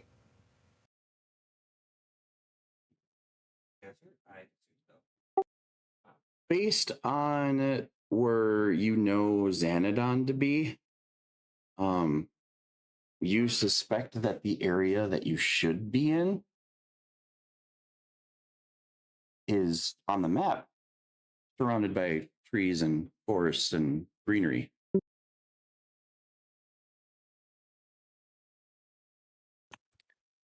Okay.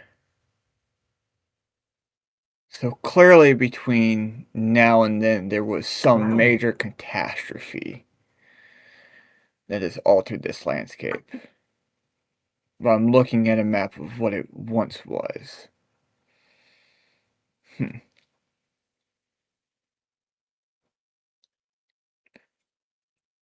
gonna do my best to like copy down this map so that way we can kind of know where we have been, the location of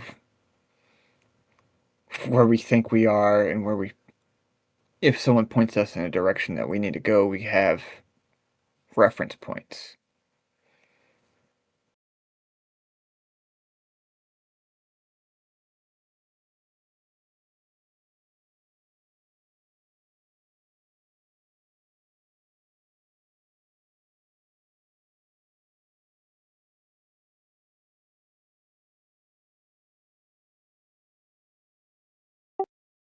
It'll take you a few hours, but you will kind of give at least a rough area of what you've either seen or experienced.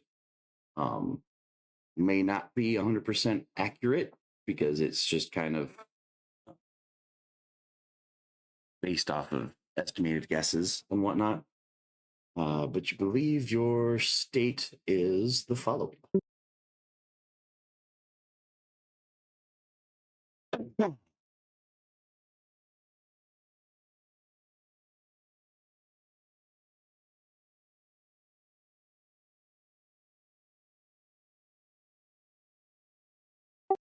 And believing to mark off a couple areas that you believe were Xanadon's location, where you hypothesize where you guys portaled in from, where the oasis is located, and then the crystal cave that you guys found while you were exploring the area.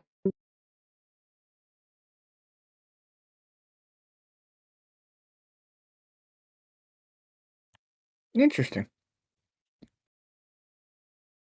I would like to state that while this is all going on, since we've enough to technically halfway the part of the book, that I'm working on this, trying to use my tail to pick things up and just kind of work with that. Okay. Also, did any of the other books kind of give me some info, or was this just the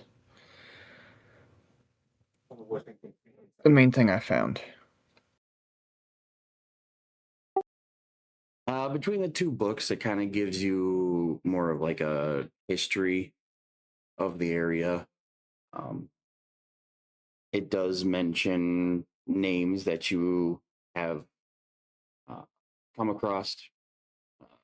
Names like, Loheim Tangera, um, Lysander.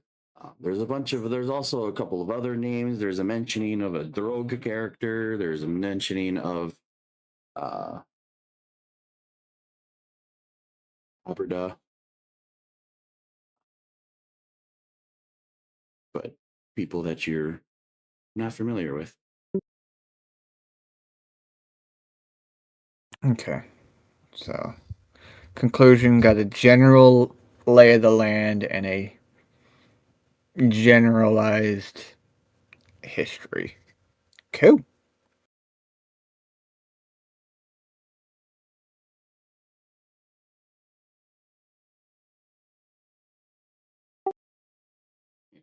Rick, what is your passive perception? 12.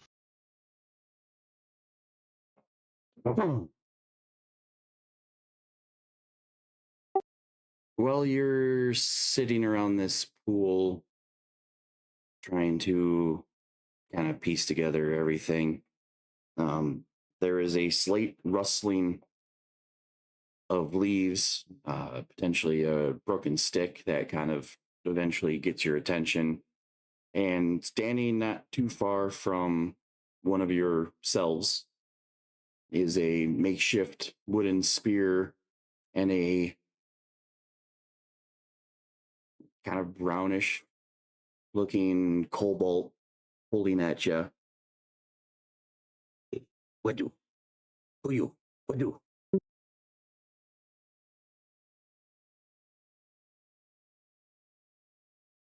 Uh,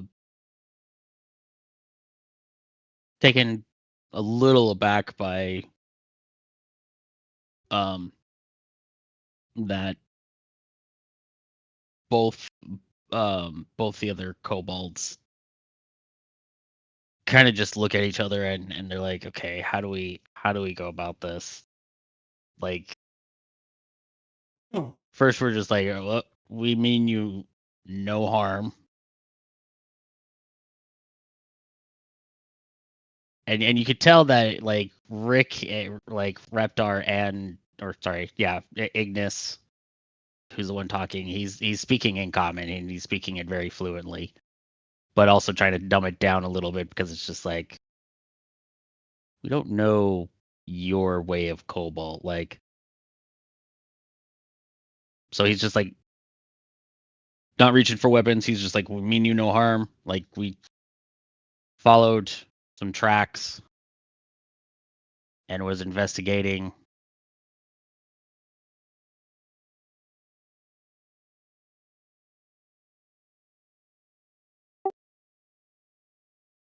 he's kind of Why like are you out here? spinning the spear tip between the two, just kind of like you can tell like on his face he's very skittish. Um, even though he's seen two other kobolds, he still has that look of unfamiliarity. The look of like, what are you? Who are you? Kind of deal. His attire, he's very like brown, kind of dirty, sand covered.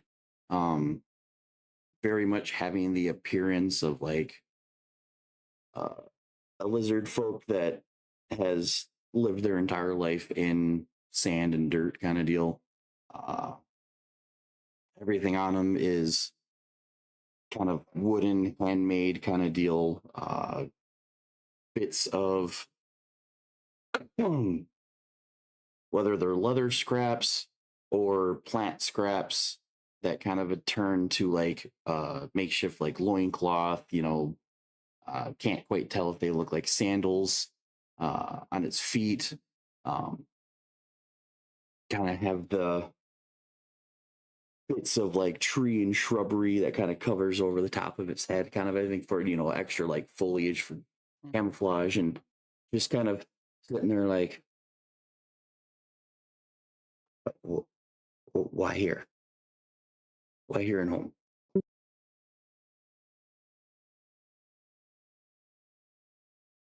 And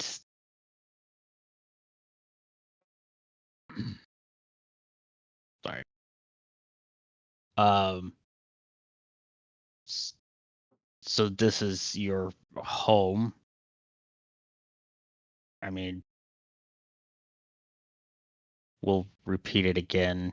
And Reptar kind of like slightly interrupts. He's like, "Look, we followed some tracks. Clearly, you were not stealthy enough, man. Like, just do better next time as Cobalt. Like, come on, should have done better. Why are you not burrowing? Like, why are you living in the desert?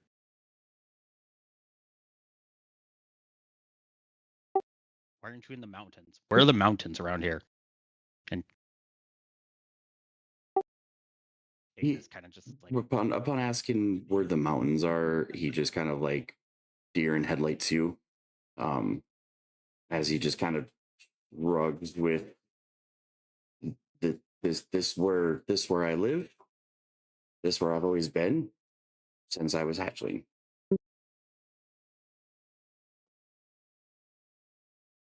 You kind of get the impression that he might have been left or abandoned here in this area, that he kind of turned into a makeshift hovel,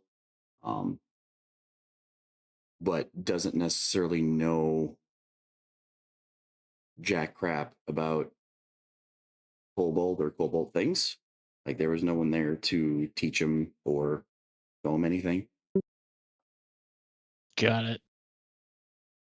So like the two of you having the normal interaction, between uh uh Reptar and Ignis, it's just this is what we do. But for this one, he's just kind of like, I have no idea what's going on.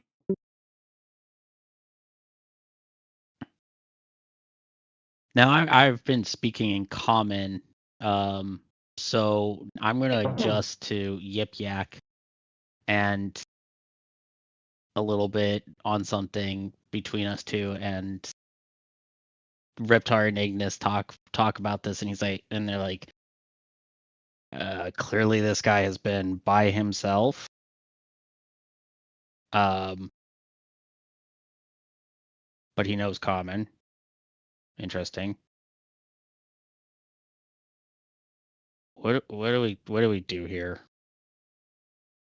Do we just and they kind of just sit down, and you notice that Ignis kind of pulls out the Yording, and he's kind of just like sitting there with the cigarette in his hand, and he's kind of just like drumming it, and Reptar kind of just sits, kind of just standing there. He's like, just kind of stands there. He's like, I don't know, man. This is quite an interesting situation. He definitely is button by himself, and you know how our Lord would say, we always look out for everyone, and I don't know, maybe we do bring him along. It seems like he kind of needs it.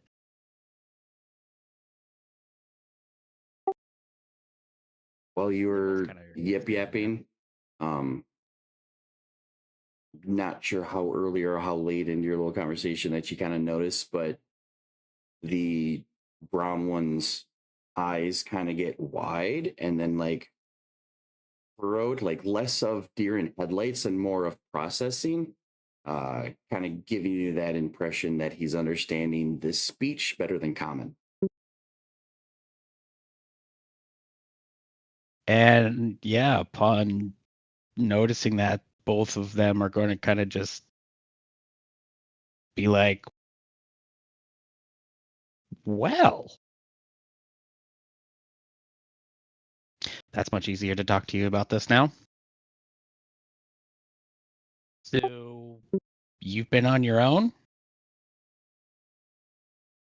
And we're speaking in Yip Yak. Yes, my entire life. How do you know my mother's tongue? Well, I mean, we're kobolds. Clearly. We're just Oh man, it's a long story. Mhm. You sound very elegant. A little bit more elegant than some kobolds that we have known. I thought we were a little bit more talkatish. Mother attempted to teach me the other speech. Didn't go over well enough to, I'm guessing, too young to pick up on it. I have seen others in passing that have taught me more of this speech. Clearly, he's like, he doesn't know the names of it. And even when you're like, yeah, we're kobolds, he's like, I am me. But then kind of in Yip Yap explains that him and his family were fleeing from something when he was very young. They did not survive, but he ended up in this little pool of water area that he kind of just made a home. Mentions that he's figured out how to go out and hunt for little creatures, um, sneaks into caves, try to look for things to eat and whatnot. Um, Points to a very small burrow, like a mud hut, that he'd been living in. But this is all he's known since his mother died.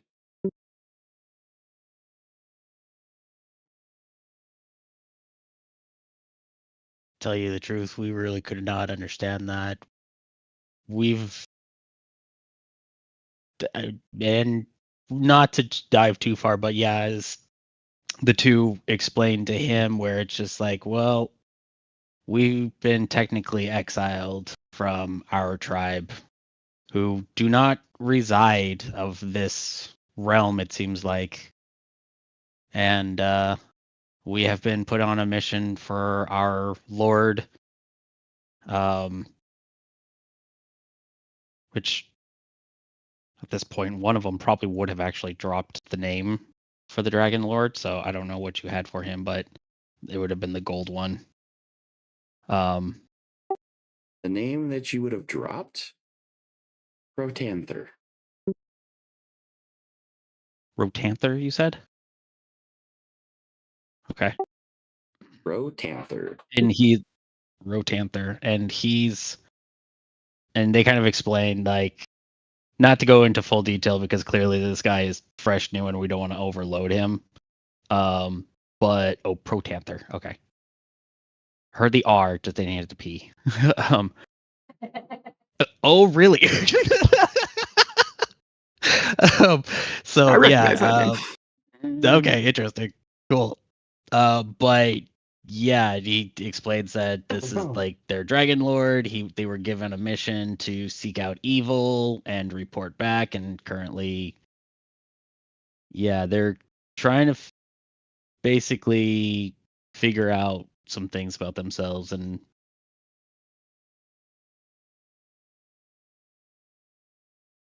they don't really say anything about losing one though, not yet. They're not going to say anything about being a band just yet. They're kind of playing as just kobolds. Like, keep it simple for right now. Don't overload him. During this time too, I'm guessing there is this like clear thing where your guys's common is stronger than your Yip Yap, but for him it's the reverse. His Yip Yap is stronger than his common. So like between the two languages, you guys can kind of have a decent conversation, but it's either broken here or broken there. The spear that he's been holding, eventually he sticks into the mud and starts showing you around. It's just a little tiny oasis, a couple of trees that he uses almost like almost like palm, large leaves that he collects in certain seasons. Points to a couple of bushes that produce berries. He's got this itty bitty farm of maybe like 4 plots where he's gotten essentially the a little like potato, carrot, and like beet farm kind of deal that he'll grow a plant here or there is his attempt.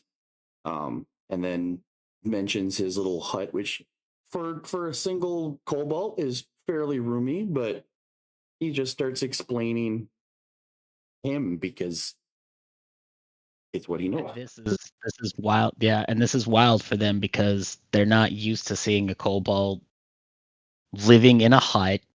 I mean, outside of themselves, like they're the exceptions, but like normal kobolds are just they're a little bit wild by him. And all of the while they're talking, every now and then you do notice that one of them is fiddling with their instruments and it's still strumming. Like Ignis is still playing the yording, or Reptar is like pulled out the lute and he's like fixing it, making sure it's tuned, playing a couple of notes here and there, and while one is maybe off being shown by this kobold, which we have not picked up his name yet. Um, probably would have asked that at some point. When you do ask for his name, what he does is that he rifles in what like a makeshift pocket and pulls out this little black rock, and he just points at it. Coal. Name Coal. Coal. Like a lump Coal of it is. coal that you would get from Santa. Yeah. Yeah, no, coal it is. Coal it is, yeah. And yeah, they call him that because they also know like sometimes like kobolds usually are named just basically based off of their tasks a lot of times. So him just being like, yeah, Black Rock, coal, like, okay, you named yourself Coal. Fair enough. So yeah. And they're just, yeah, a little bit bewildered. They're still feeling him out right now. So yeah, definitely not a standard cobalt. This one was just he had to do what he had to survive. So not necessarily in that same mentality of like tribe cobalt that your other counterparts would be more known to. mm-hmm. He's just a little lost soul out in the wilderness doing his best to survive.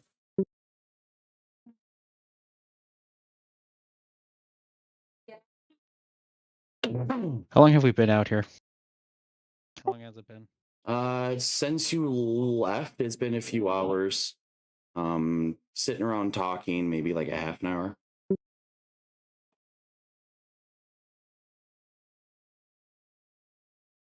Brandy's definitely looking for us. Probably's already told people that I haven't shown up. Well, Oh yeah, enough time had passed to where everybody knows that you had dipped out, even though she told you to wait.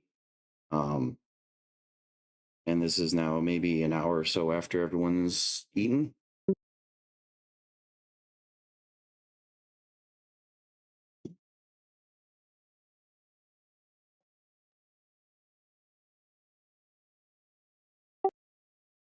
Brandy, what is your sense of urgency to realize that Rick is still gone after several hours?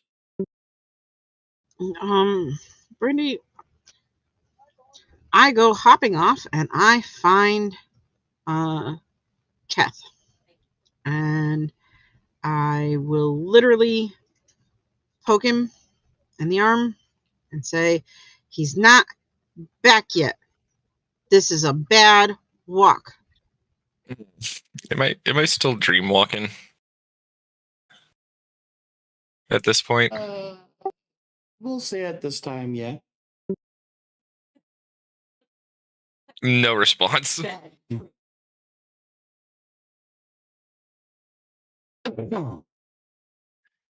Just eyes closed, sitting by an Androna. Just Both eyes don't. closed. Yeah. Yeah.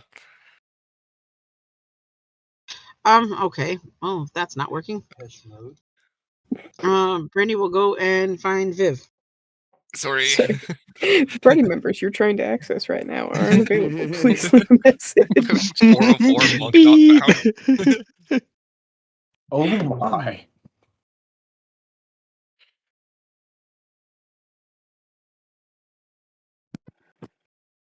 What's up, shortstop?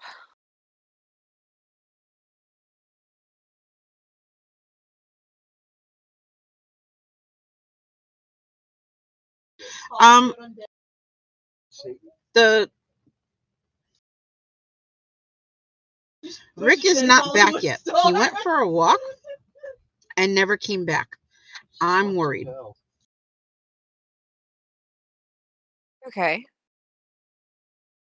I'm sure he's fine.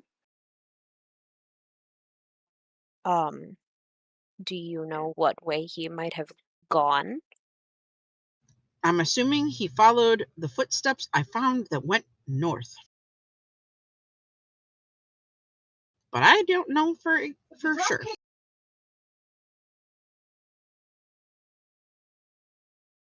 What do you want to do about it?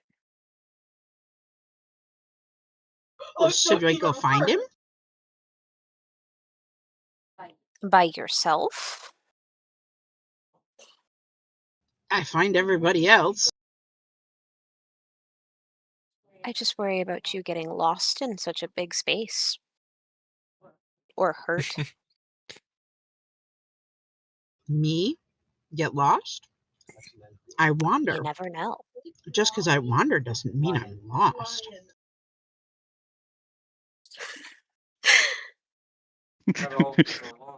Not all who wander are lost. It's Badger Oh, coming I rolled a down the 1. hall Never saying mind. that exact same thing.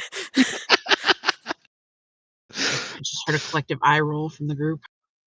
Uh-huh. Fine, I'll wait. If he's not back by morning, I'm waking everybody up and we're going to find him. Okay. That works.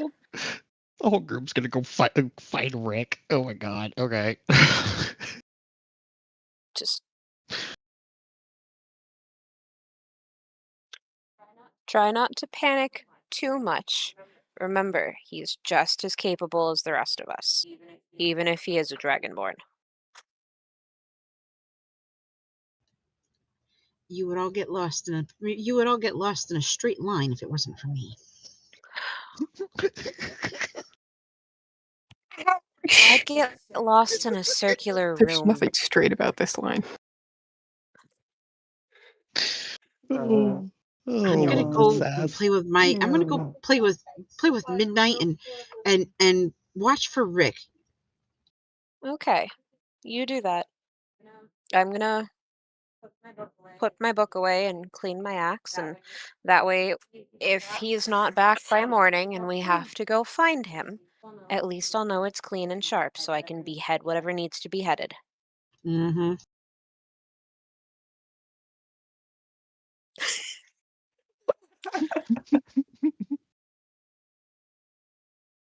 I mean, it might be Rick just for having caused such an issue for Brandy to just annoy the fuck out of Viv anyways.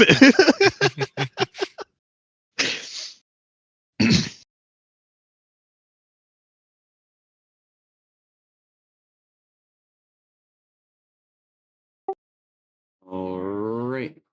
Safe to assume that means you guys are staying the whole night? Mm-hmm. Yep.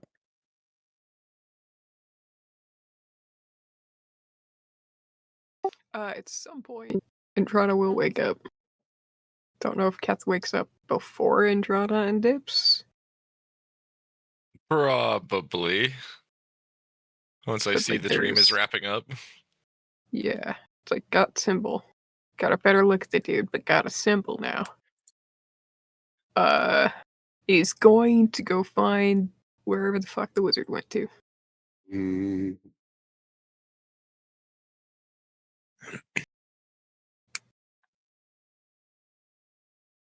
And just kind of be like, got something, and do a like, take pen from fingers, scribbling book. Oh god. Oh, symbol. yeah. So Probably. Oh, what book do you have out? okay, so you find the wizard, pen in hand. He's taking his notes on the map. He's getting the map. You see, quick observation. You can see it's kind of a map of the potential area, but given the fact it's probably quick, he doesn't even recognize you're there until you take it out. That's probably why she grabs the pen. And zoned in on the map.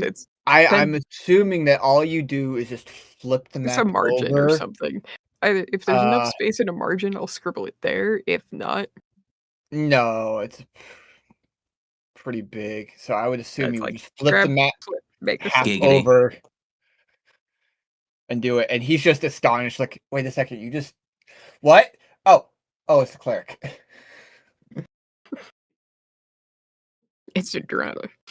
But yeah, she scribbles the symbol of that, the ring, and the eye.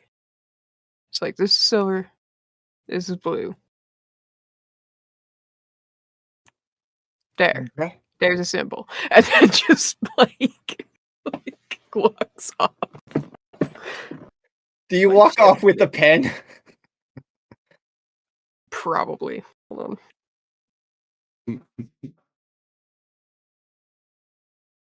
You're called him.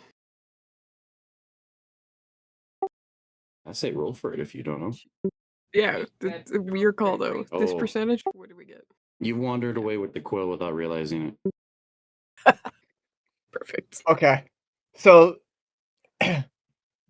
for anyone paying attention, the wizard is kind of astonished at what happens, sees that, and he's saying this out loud, thinking you're going to stay. It's like, oh, that's a good place to start. Not familiar. Okay, what? Oh, and you left. Okay. Wait a minute. What? Okay. My Annotated. Flips the map over. Wait a second. Snaps his fingers. The quill's back in his hand. Because it's his wizard quill. And goes. She doesn't even notice. Nope. Just keeps going. Okay. It just like teleport dematerialize out of your hand that you don't even realize that you still have, and wizard's like, there you are. Look. I didn't know. And then he goes straight back into that autism of I was on a task and focused. But he does have that. He does have that. All right, I will look into this later. Kind of bookmarked, because he's pretty much almost done with this at this point, I would assume. But he's got the last little bit details to do. Oh. That was beautiful, by the way. Yeah. As somebody who lives with autistics, I apologize. It's not getting detoured mid hyper focus. Not.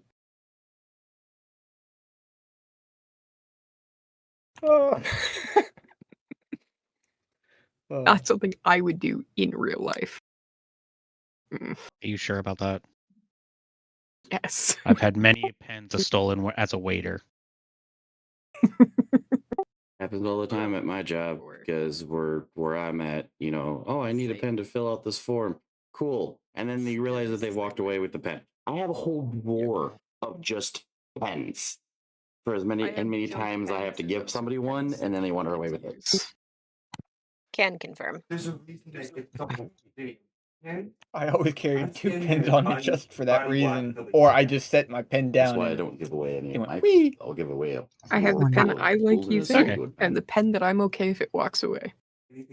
We're not gonna discuss the stealth stealing of pens. Oh, I steal pens all the time. Just know that I turned a whole bunch of pens into flowers, so that I would know if they got stolen. Nice. You also hid all of the orange M&Ms on one of your friends. Yeah, Oh, that's a story.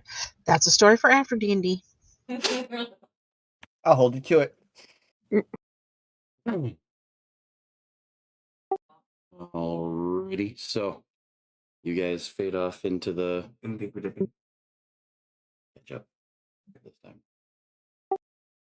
It fades off into the night, and a few hours kind of pass by. Rick, you're still out with Cole, kind of just chit chatting. and we're playing music like for being two separate kobolds. Like their gig is music. So during their town time when they're talking with him, trying to feel him out, that's kind of how they're feeling him out. Is how is he recepting to the music?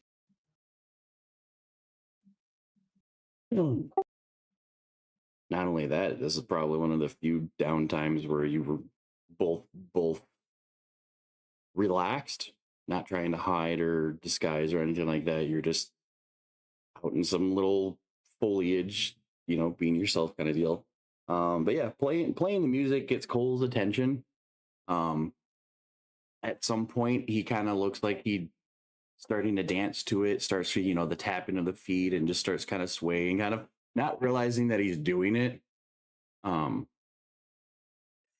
but yeah, he kind of sways around a bit. Okay. Clearly vibing to the music. Yeah. Yeah, there's definitely an approval between the two. They're like, okay, all right. This guy can chill. This guy can vibe.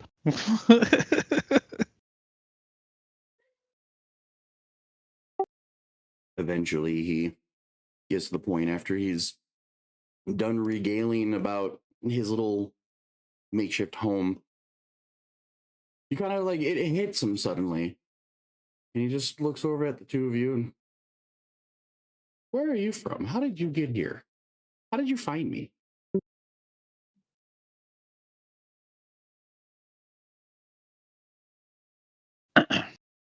There's more fries left. If you would like more. Nope. Well, that's a long story, kind of. Where we come from, well, how do we say this?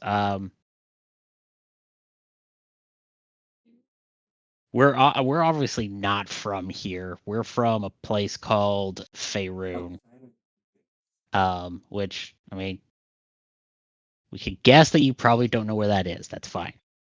We were teleported here at some point, and we've been wandering with a group now. We say we as our brother who also was with us at one point, but sadly has been lost to us. We were traveling with a group under disguise as and disguised as a dragonborn. Not and they're kind of dropping this stuff, not knowing if he actually knows what this is. So if they confuse it, they try to dumb it down, but like they don't want to explain too much to the whole story. Obviously, it's like details.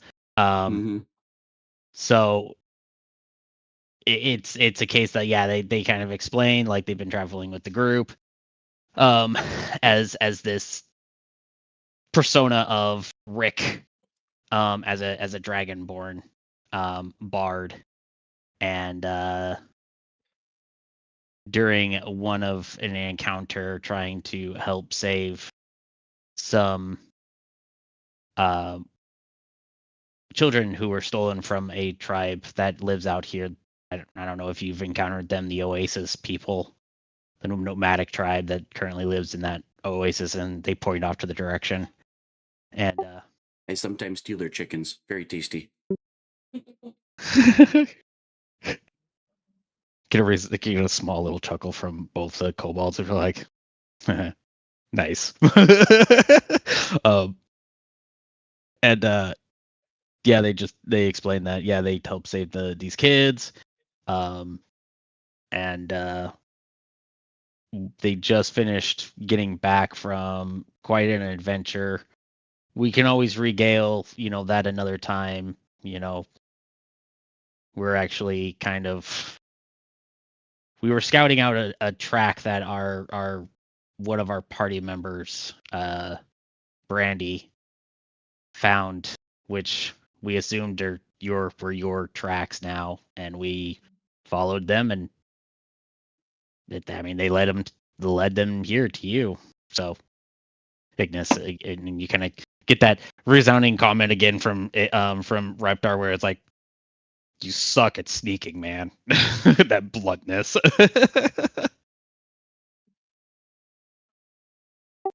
Olga kind of shrugs, explains that there's no one really out here to need to be stealthy, except when hiding from the occasional passerby. But yeah, he acknowledges that he's bad at stealth.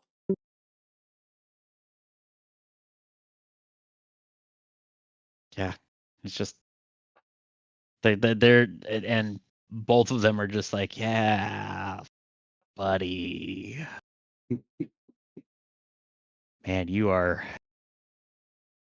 kobold in person, but not kobold in nature. But that's like they're just again they're processing that still in their brains. Like they're just like, yeah, you're interesting. You've survived quite a while, so you actually have some good survival instinct. Uh, and you you seem to know your way around these parts, at least of the area. You've survived for yourself. I mean, you've definitely done good for yourself, but you're by yourself. Are you okay with that?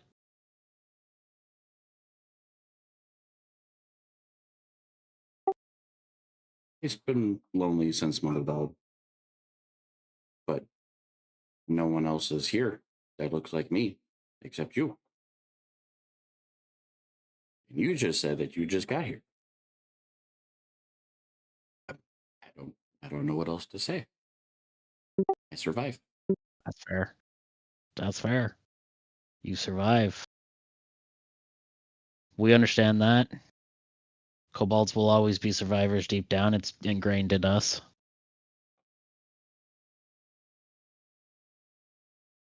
And what is the sun starting to kind of set on us now there, Tim? Because right now Yeah, it's Rick is starting to probably get going to dark out, spend the night. darker out.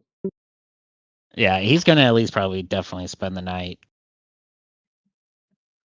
Which again, yes. It's going to be funny because I'm going to make it to where literally about the time Brandywine decides to leave, Rick is going to start rolling up in person. Mm-hmm. At some point when the sun starts to fall to a certain height, Cole is gonna point out beyond the trees. He kind of makes a little clearing, and way off into the north, they look tiny in comparison to what they might actually be like. But you do see snow-covered mountains way off in the distance. Kind of a whole ridge of them, but they're potentially so far away that they look tiny compared to where you're at. And Cole mentions that all he knows is that that is home. It's a long way away to get here. But he's never really had the courage to try to venture back, considering that he explains that him and his family were running from something to get where he's at here. From there. So he ran. His family ran from the mountains. Got here. Something bad happened. He's the only survivor of the family. Okay. Player understands now a little bit. And character a little bit too. Mm-hmm.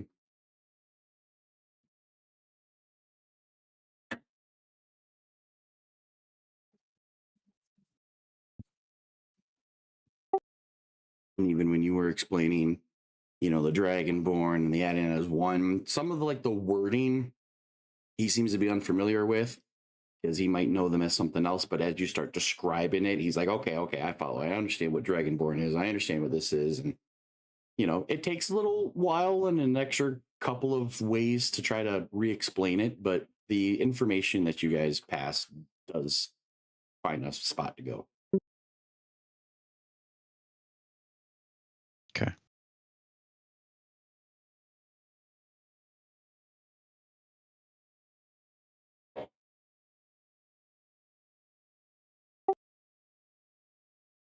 And as it gets darker, he'll run off and come back with a couple of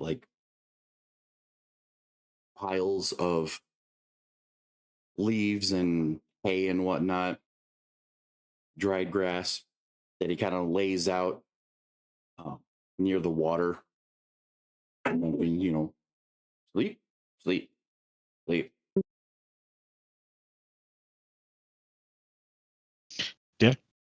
Yeah. I mean, that was the other two's attention. They will definitely sleep. Thanking him for the hospitality while he's doing it, and noting that he's still quite a nice, again, just a nice kobold. Which, I mean, it's valid for where he probably is at, but again, they are just like, okay, this guy, he's nice. Definitely does not want to murder us too, even though we are of the same race. So, that's a good thing.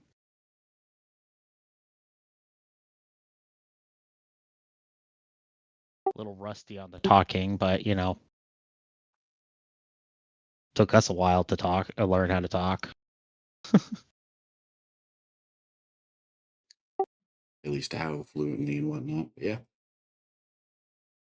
So eventually, after the talking and the sitting around, and it gets dark enough to where uh, he makes a little tiny fire to stay warm. Um, you see him even at some point, he kind of goes over to the water and takes small handfuls of mud and kind of puts them on his arms and legs and whatnot. Uh, kind of gives you that feeling that he's not necessarily used to fire for warmth as he is as just kind of burrowing into the ground and going into the keeping himself warm that way, not letting the body heat get out. Mm. But eventually, suggests we'll talk more in the morning, and everyone should go and get some sleep before it gets too colder out. Yeah. Well, and the two are kind of used to sleeping together in a way, so they even, and this is probably at one point, I would think, yeah, they probably would do this. Yeah, they would almost form as Rick in a sleeping position, just because that's kind of weirdly how they too have just known how to sleep. Kind of bundling up to conserve heat and whatnot as well. Yeah, valid. Yeah.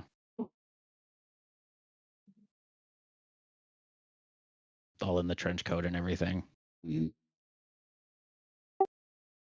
Night starts to go by, and somewhere in your sleeping, you're kind of awoken by voice on the wind, kind of like as you heard it before, but this seeming to be much louder and more aggressive. If you were to open your eyes during hearing this, you'd see this faint blue facial image of almost corporeal, not completely there, kind of fading. Uh,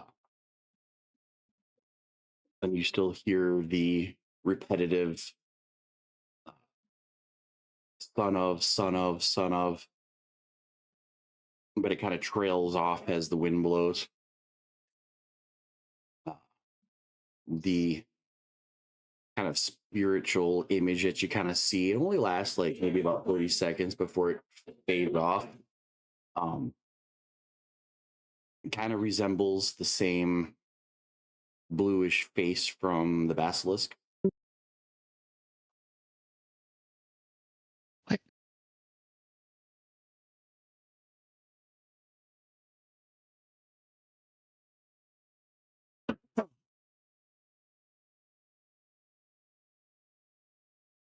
All right.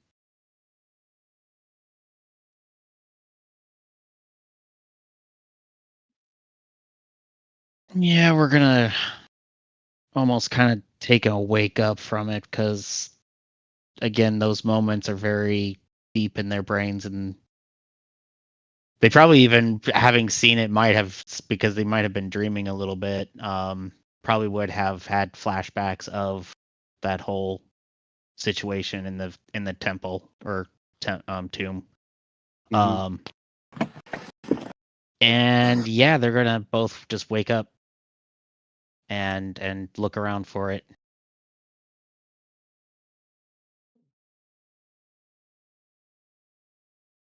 Like they were just woken up from a nightmare kind of thing. Yep. You kind of look around and it's very wispy, kind of back through the way you came.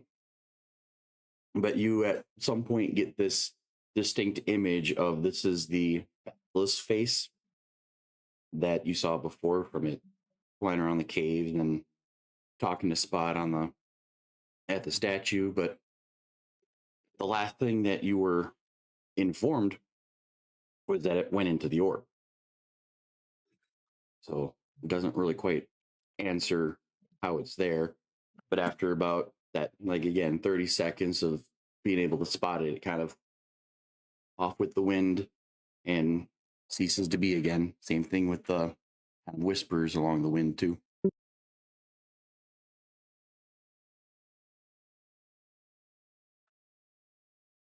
And both, and Rick actually just kind of more in just unison of himself. It's just like muttering out off loud enough that if Cole was awake or paying attention, he, would have heard this or something. Is that, yeah, he's like, why? What are you doing here? What do you want?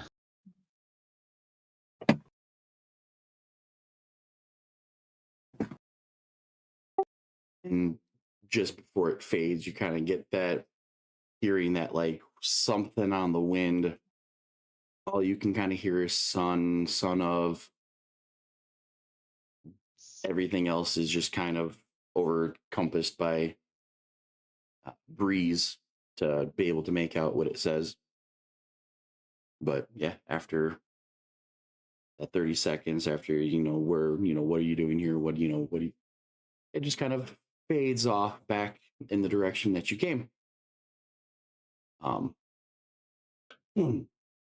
Which does get you just kind of hear the mumblings of what sounds to be Cole, like, someone there? What's going on?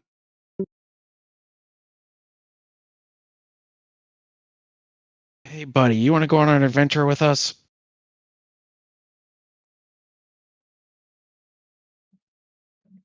And this is kind of like, He kind of appears at your side in the fastest motion you can think of just adventure. And he's got his, spear in hand and whatnot. Like, let's go.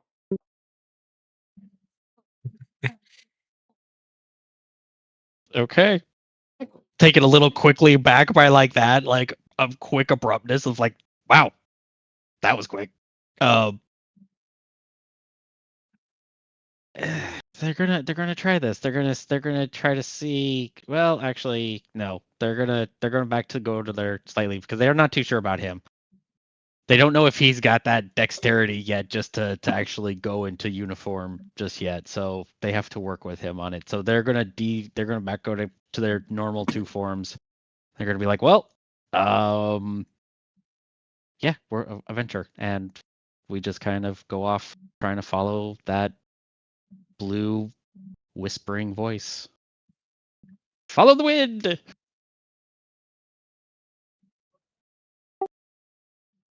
Leave this little green area. The moon is now much higher overhead. A little bit of light kind of turns the desert into this like silvery ocean. And you're following this occasional wisp that would pop up. You get this blue light and then it fades away. And then further down the line, you get another one. And after about maybe like 10 minutes of consistent travel, even though you're a little bit more zigzaggy than you were before, it seems to be heading back to the oasis.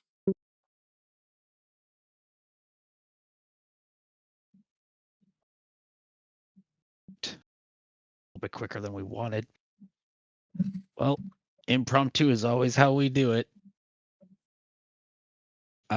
So and Rick or Ignis kind of tries to explain to Cole like what this all is just, and he's like, look, if this thing is taking us where I think it is, we're gonna need to go under disguise because not everybody is very susceptible to kobolds, and not everybody knows who we really are. Let's see how well you can balance yourself. And Ignis kind of goes on into his position, and Reptar also his, and they kind of are just like, yeah, you just see if you could just fit right there yourself, where the scaffolding would have like fit for him to sit and function things.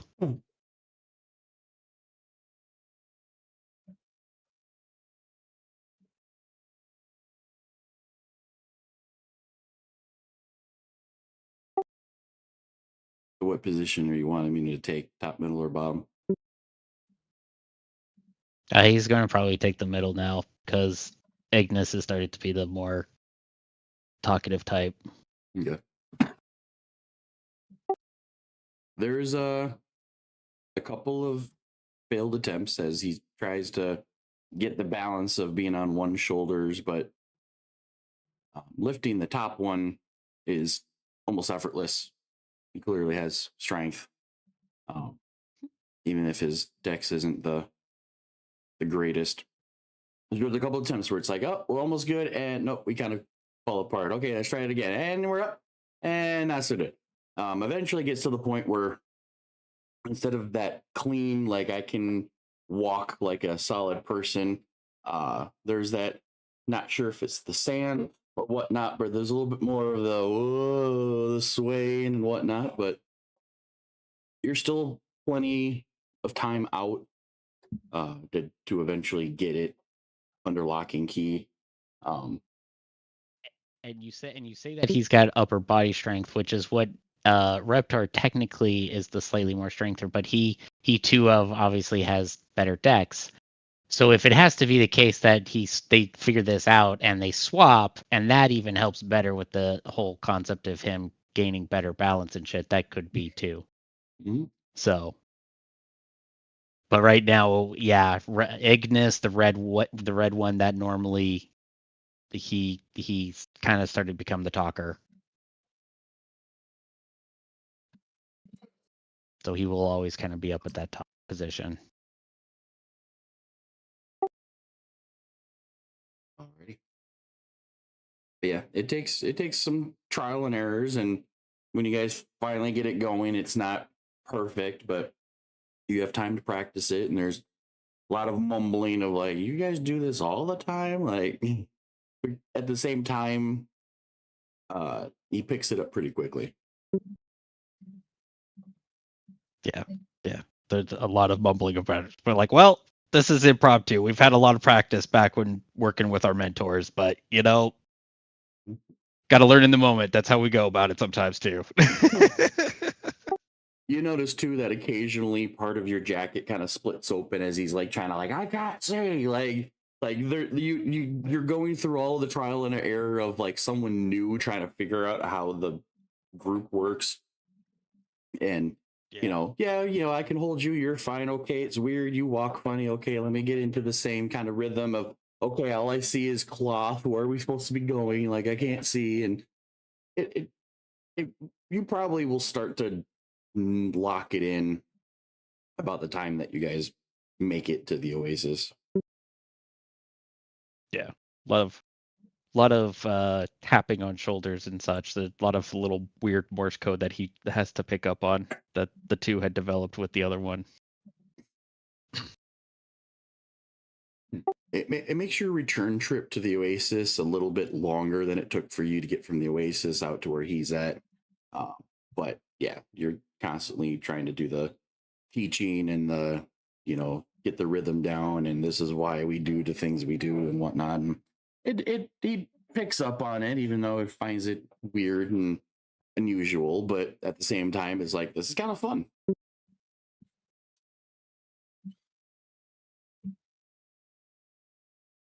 That's what our mentor said that it would be. Just play it as a game. It's a lovely prank. Eventually, you make it to the entrance cave of the Oasis, start going down the kind of like makeshift ramp. Haven't quite hit stairs yet, so now we got an incline, and you guys kind of struggle to align yourselves.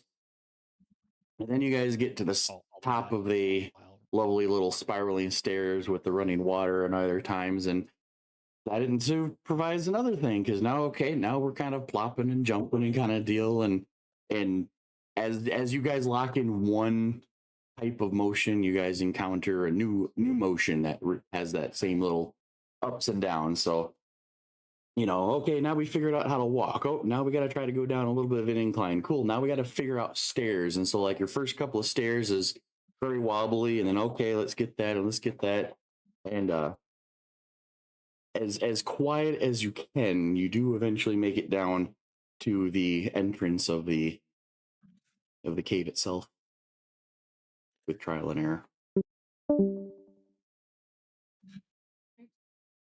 And just all the while, Ignis is just like, I'm going to be smoking a pack after all of this. As you arrive to the entrance of the large room here, your eye gets caught to something kind of glowing, kind of shining on the ground, only to realize that it's the very orb that Spot tried to give you. You can kind of see a Why is it on the ground? path in the dirt and sand that it kind of like rolled all the way from up further.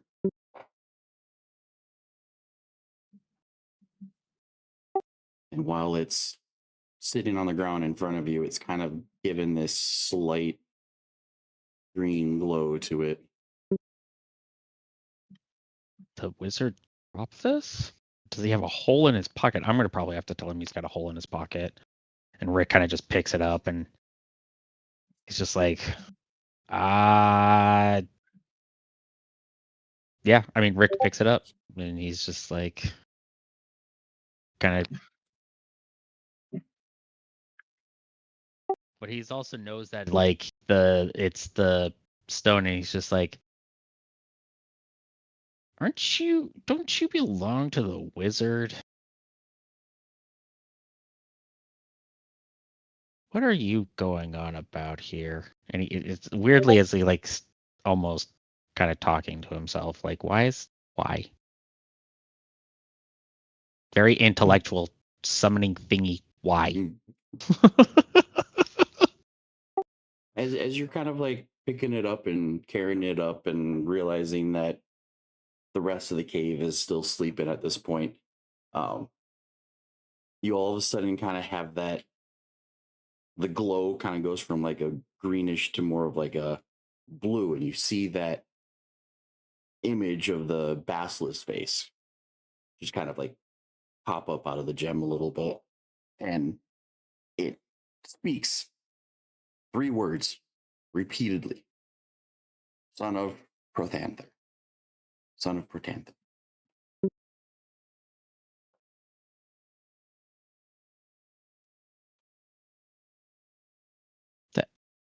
The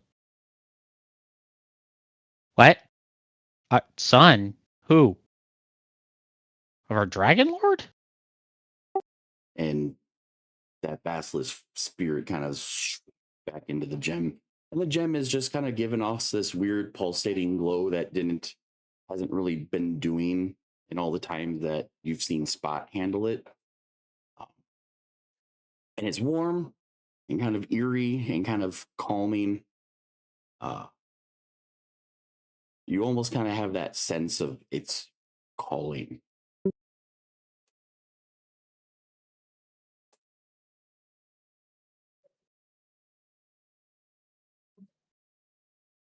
I want to just like imagine just Rick is just like at one moment he's just like my princess, and would just like scatter away. No, um, no, he's standing there with the stone, and he's just like, okay, well, I mean, we've heard many tales of magical items, and if this is tied to our lord, he would need to know about this. So, yeah, they're gonna in the kind of that moment, they're gonna go try to find a very secluded place, very secluded as best as possible. Uh, and he's I wanted to let's see, hold on. Why do my dice hate me tonight? Fuck it, I'm just gonna call it. They are going to, why the secluded is that they are actually going to go into their 3 and I guess attune to the stone.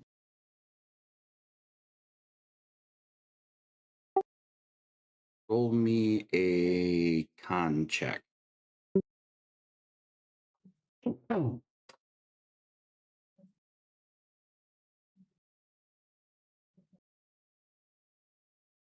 Oh, con check. Son of a bitch.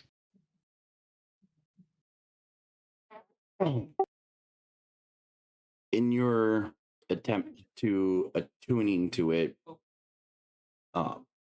you do kind of feel as if your scenery starts to change, as if you're being shown or pulled into something. But in that sudden change of environment, you kind of like recoil enough that it breaks that attunement concentration, because it's like, for a second, we weren't in the cave, and that was weird.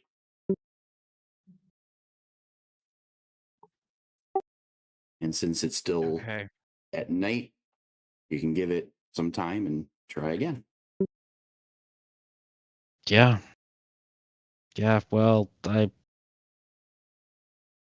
mean, I guess we'll tell the wizard that he might still have a hole in his pocket. um, but yeah, we'll reassemble on that, giving it more thought, mulling over this whole concept of the sun of Protanthar, and I mean, it's still probably what, late early morning ish. Sun's not fully out, nobody's up yet. Rick's gonna go try to find just a quiet corridor with very least people of the party and slink in as stealthy as he can. If I need to roll a stealth check, let me know. But one of the least more occupied guest housing, and just kind of fake sleep until everyone starts to rouse.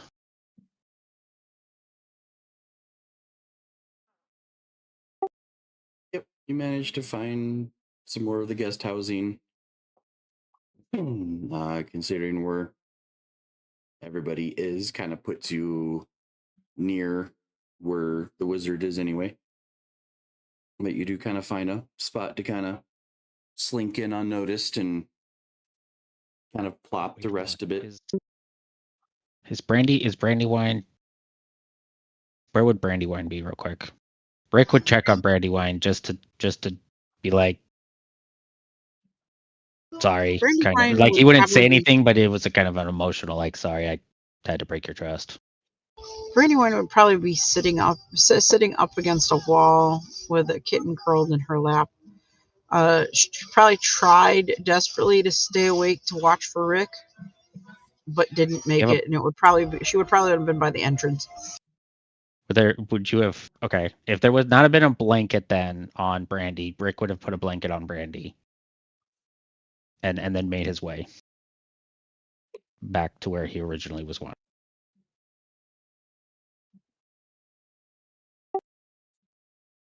You kind of hobble to lay low for rest of the early morning until you hear people getting up and moving around.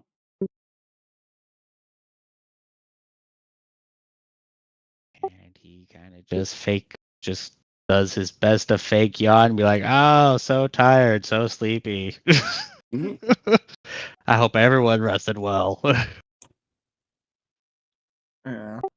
Spot does Yep. his normal way And of. despite the cave, Notice- other than a little bit of sunlight that comes in over by the farm and animal pens, can't really quite tell in the caves that it's daylight, but people start rousing and getting up to do stuff. You hear kind of above you where more of the tribesmen are. You can hear them kind of beginning to move around for the morning.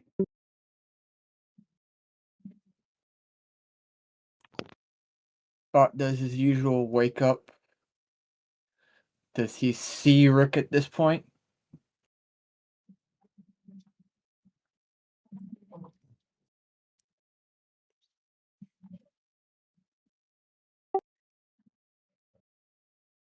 Yeah, I mean, if you're just he's in a nearby housing room, kind of like where you found a spot to plop.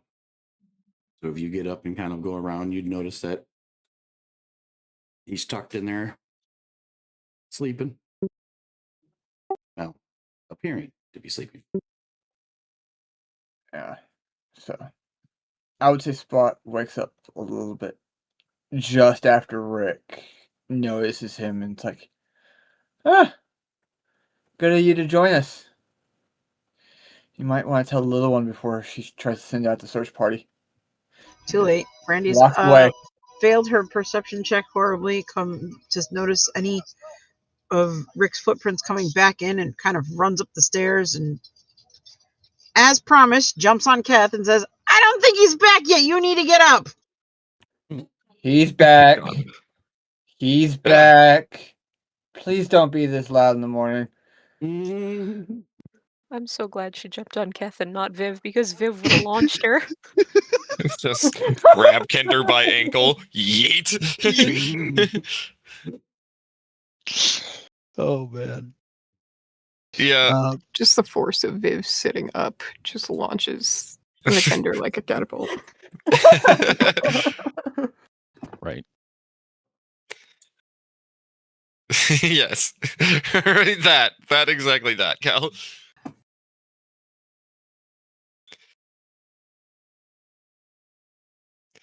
I mean, upon hearing the Kender yell out, "He's not back yet," Rick does come out and he says, "You don't need to go sending out the search party, there, little one." If he does yeet me, I mean my acrobatics check, I will land on my feet and give him an indignant look until I see Rick, and then I'll run over and hug Rick.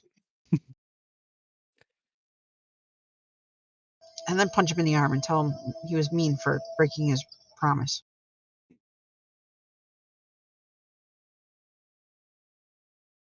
Yeah, sorry. Sometimes you got to do things by yourself.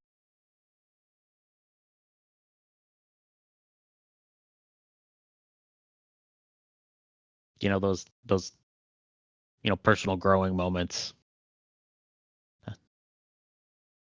Well, you do look Very a little nice. taller.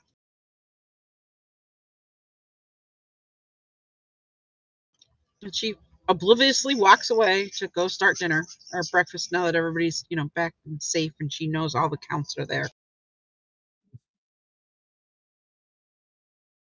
Does Spot notice this?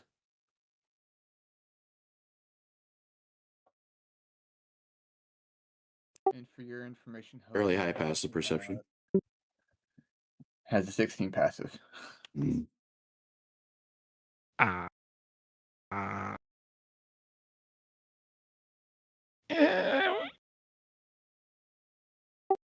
Probably yeah, noticing I that mean, at you're least Rick's noticing being more upright. Spot's might gonna not have be a little. slouching a little bit. Mhm. Spot has a little bit of a smirk of realizing probably what happened. Doesn't say a damn thing and goes to find out where breakfast is. Death is watching this. It's like something's different. Spot's flagged something. Hmm. I'll look into that later. Breakfast. For shits and giggles, Rick, give me a performance check.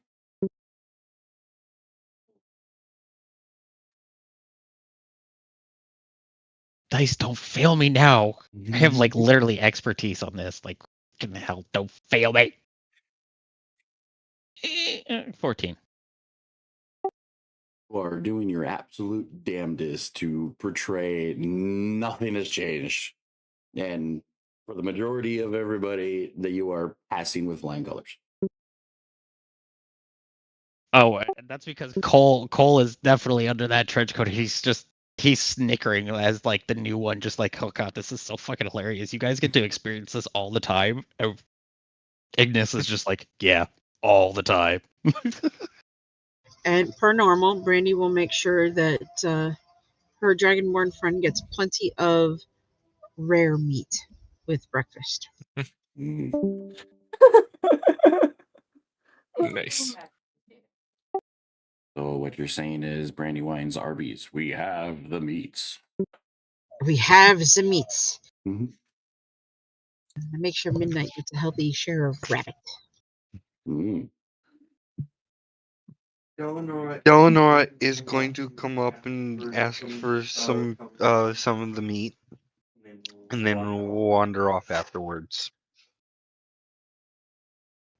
Okay, here you go. Thank you. Eleanor gives her half a rabbit.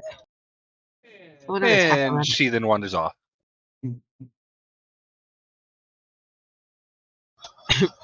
Brandy leans over to the tabaxi and says, "She's a weird one."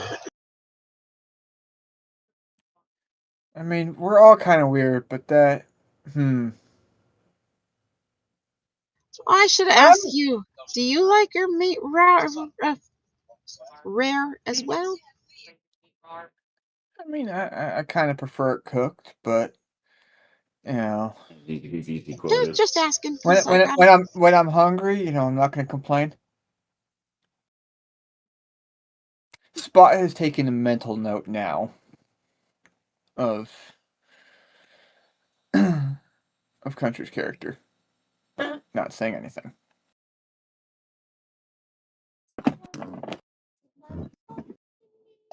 Brandy acknowledges the amount that she is feeding the Rick today, and happy that his appetite has returned to what it previously was, because that means he's healthy again.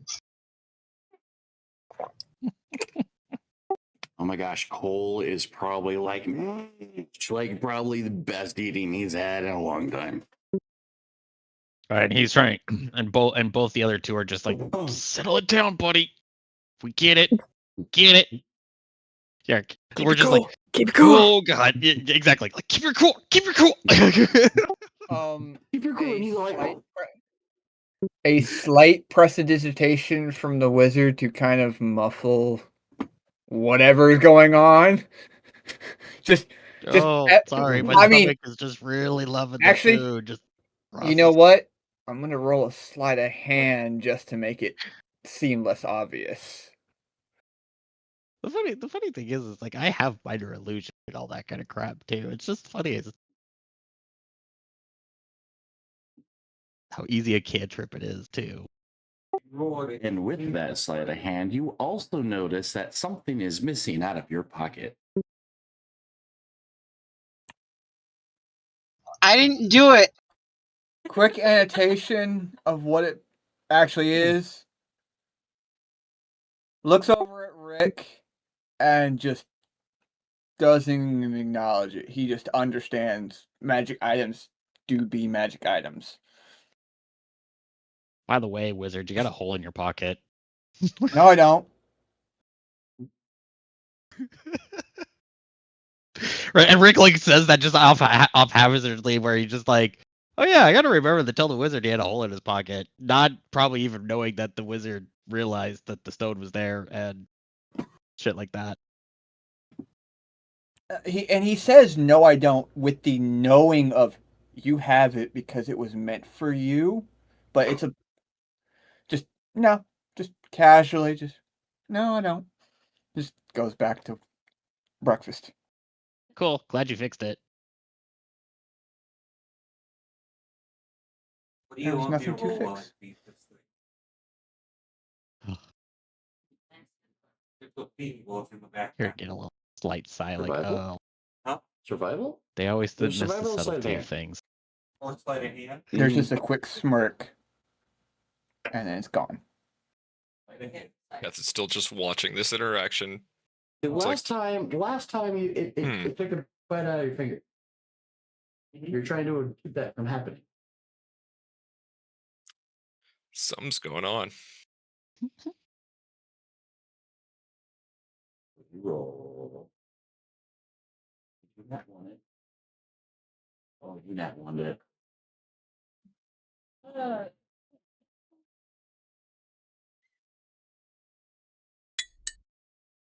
Oh, lucky you.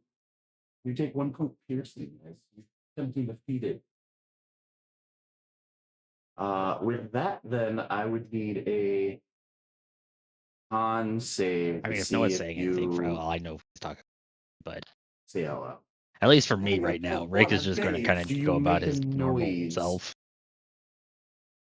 Pulls out his yarting and is seemingly tinkering with it right now, just off in the corner. So I'm just going to do random boring shit now I'm not working against you here. I promise. No, stealth has a lot of and things, let other but it people have tries the to limelight for a hide bit. the constitution of not showing face. True. That's Write where your subtitle. con save. So I get a +7 to this. Con save. Brandy does quietly, 30-20. for the first time, ask where we want to go. We You gotta take the find 1 point home, piercing, but but which you don't way is go. home? Which way do we go? I mean, this feels like a nice home. That's a good question. I But mean, for now. I think we also need to go back to that town and finish that problem.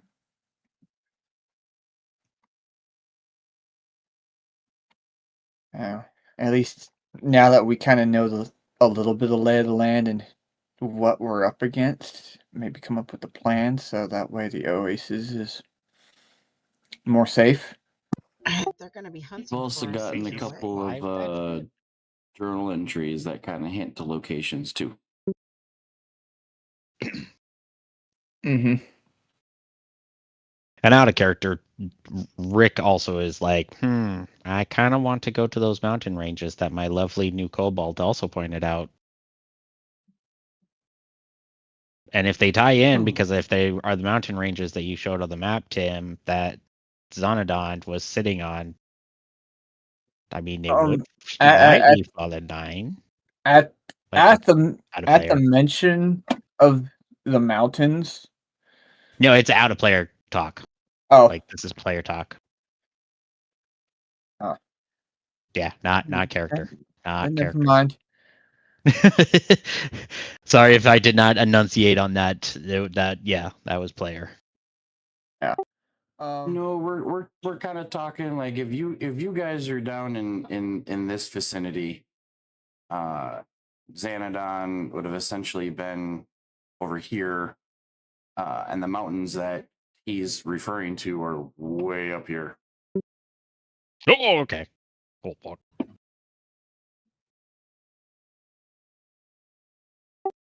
Which is why I was like, based on your location, this whole range, these ranges seem tiny in comparison. That would make sense. For player at least. Okay. If there's going to be a long Insight check. Hold on. I'm gonna do an insight check on you, sir. What did you mean by lay of the land?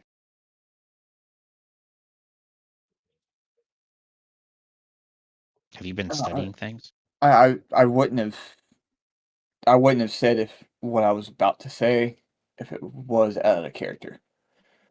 Oh, well, no, I thought you did say that. Like, No, you kind of cut me off. But what I will say, if there's like a nice kind of a long pause, if we're trying to figure out what we're doing, the wizard is now going to go.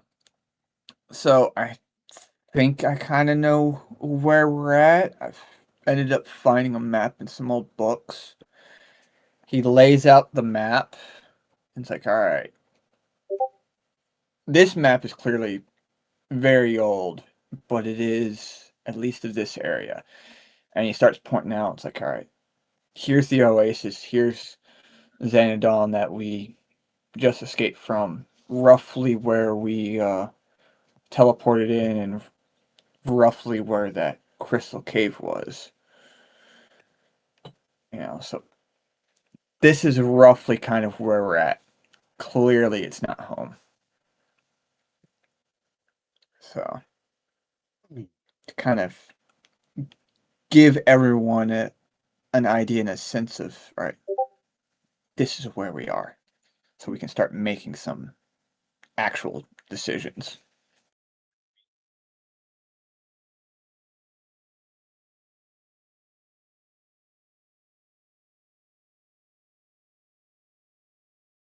well, I don't recognize this place at all. This does not look like Faerun from any maps that I've seen in taverns, on walls, and such. So, if some of you are trying to get back home, I mean, we're gonna need to figure out a way that, like, where is this to relevance of Faerun? And we might need yeah. How we Do do that? I 1990. do I recognize any of the map from all my grandfather's maps of the different places that he was? Nope. So these maps don't look like the original place that my people were from either.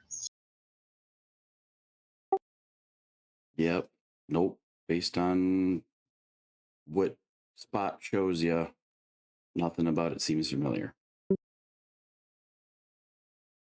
I mean, clearly there's bodies of water, so we can always maybe try to get to a coastline and see about getting onto a ship.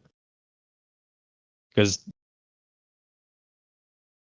one of you said that you checked out the stars and the constellations are still the same. They just aren't not in the same places, correct? Yes, the stars are the same stars that are in the sky for Faerun, but they're just not in the right places. So we could just be maybe on the other side and we could just take a boat. Or we Because figure out who those people were and maybe try to figure out if we can steal their portal technology and get there. do I get the sense that we're southern hemisphere or northern hemisphere in the sky? Northern. So I tell them I relay that we're definitely in the northern hemisphere. I just don't know where in the northern hemisphere. So home is possible. How we get there Yeah. is what is available. And, Which direction do we want to go for that? That's, I mean, boat is obviously coastline. I mean, I'm sure none of there's you. also a way that we can teleport, but I'd have And to find a book to, or either I a don't teleport follow. location or It a sounds like we need spell. to find a bigger city that Yes. doesn't want to kill us. And Rick is trying his best also to bring the others that are not talking into the conversation himself. He kind of gestures like what does the monk think, or what does the sorcerer, kind of is looking at them in ways too.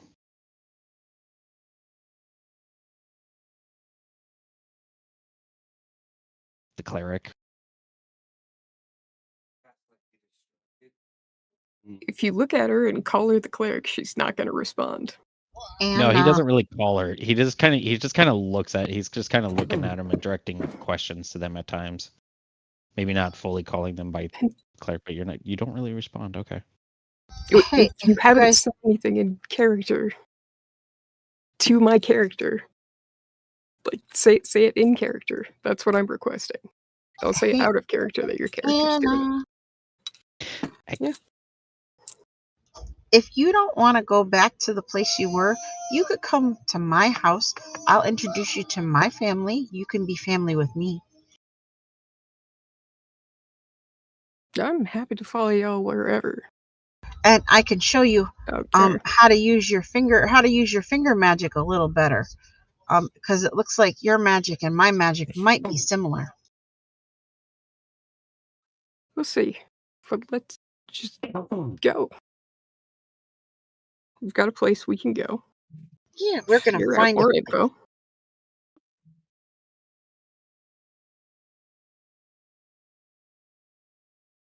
Do we still want to try to finish out and just make sure Xanadon has been cleared out, even though it might possibly just fill in with bandits again another point? Mm-hmm. Or is there a way? Hey, wizard. Yes. Have you? What would be the chance of these people? You coming from a slightly nomadic background, I believe you've told out of for character. Trying to remember. Sorry, Rick's knowledge is just like Out of character, I believe Spot has said his full name, which would have. in character. Yeah, So I'm you've just talked letting about you know that right. detail, so you would at Okay. least have the knowledge that he is from a nomadic tribe.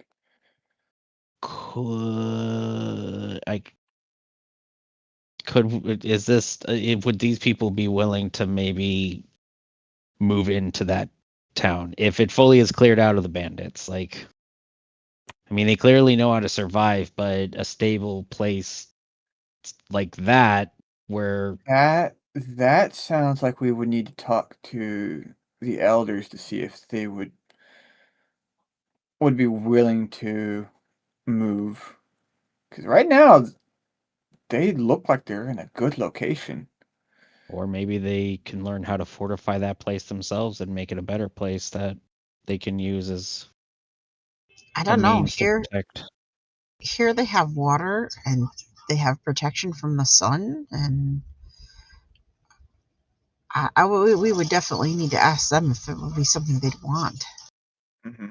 I mean, the best that we can offer right now is take the head off the snake of the bandit city.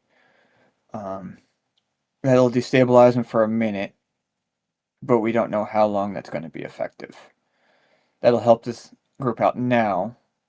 But I think our next course of action should be talking to the elders to see what they want and see if they can't give us a direction to move forward. Because now we have multiple different things. We want to get home. I have this journal that Some of us do. seems to be giving us a potential mission that I am very interested in going through and figuring out. You know, there's multiple things that we can do right now. Sounds like we need to find Spot a library. Yes, I need a library very, very much. It's like a cat out of being out of its own little home. But Spot then kind of looks over to the monk, to the cleric, to the barbarian, to the artificer and the warlock, and says, "Y'all been kind of quiet. Is there anything that y'all would like to add to this conversation? Thoughts, concerns, questions?"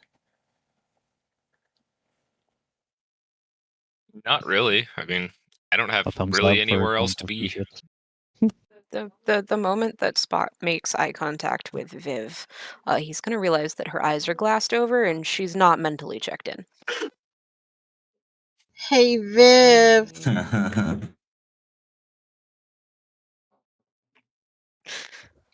Wake up. Spot just kind of shakes, Been reading. shakes his head and is like, don't worry about that one. She'll be fine. I think all the big words were too much for the barbarian for too long. That book might have Barbarian is made a her. very smart person. Unfortunately for you, I had a very expensive education. I just have nothing to input because I don't want to go home. Well, then you could come live with me too. I could show you. I could show you where the dragons fight. Dragons. No, thank you. Well, then By you the and end I of the can have campaign, the fun. Kendra is going to have adopted everyone. You and I can have fun. You and I can have fun playing in the forest. You know, killing Are creatures. we going to be somehow? Are we going to be somehow like the weird like bat family kind of concept here? Yes. Or like the freaking, or like just the whole concept of the bat family, or what was his fucking name? The other Everybody but the but frog. Oliver Queen, Arrow, Green Arrow. if we're the Bat family, I'm Jason Todd. Fight me. I mean, you're not. I actually would not argue with that. I would wholly say that yes, your whole persona would probably fit Jason Todd. Like, Tim Drake. Gibbs. Let's go find people to talk to. Yeah. And then finishes it off looking at the sorcerer. He's also been kind of quiet. And the fireflies. No, she walked off. Remember? yeah, she did. I'm gonna go find her.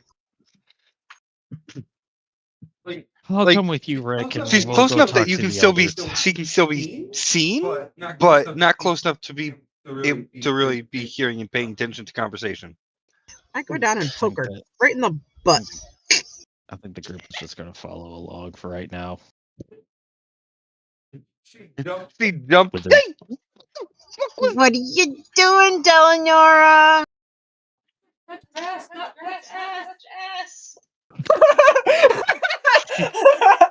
That's amazing.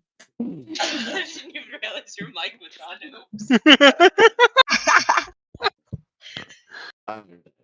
Theo.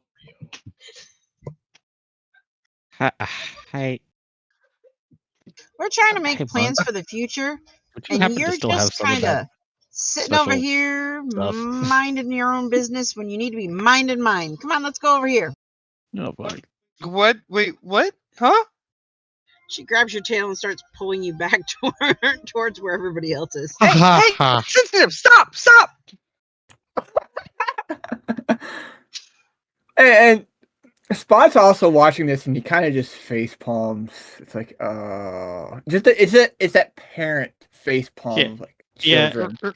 Rick is just standing there with his head tilted, just kind of like Oh, that's a decent chaos. strength check. I can really tow her along, huh?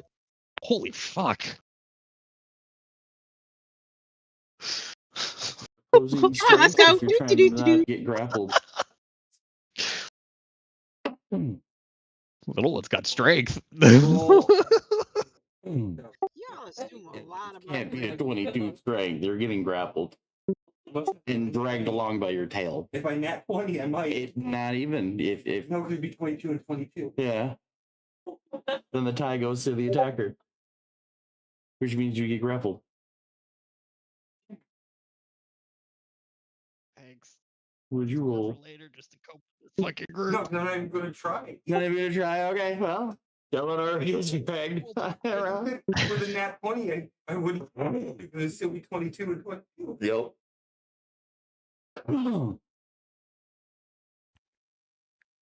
I'm being gentle about it. I'm not like, dragging her on her ass up the stairs. I'm just, kind of pulling her along.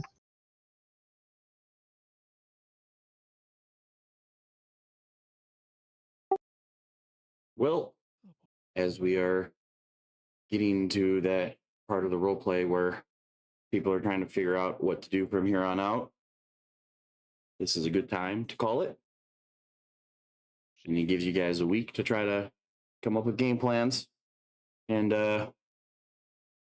we'll pick this up next time. But yeah, it sounds like we got multiple different directions you guys could possibly go. It'll just come down to which one do you take first, second, third, fourth, whatever. But until then, we will say good night to Cake and YouTube. And we'll see you guys next time. Hello. Good night. Bye-bye. Bye.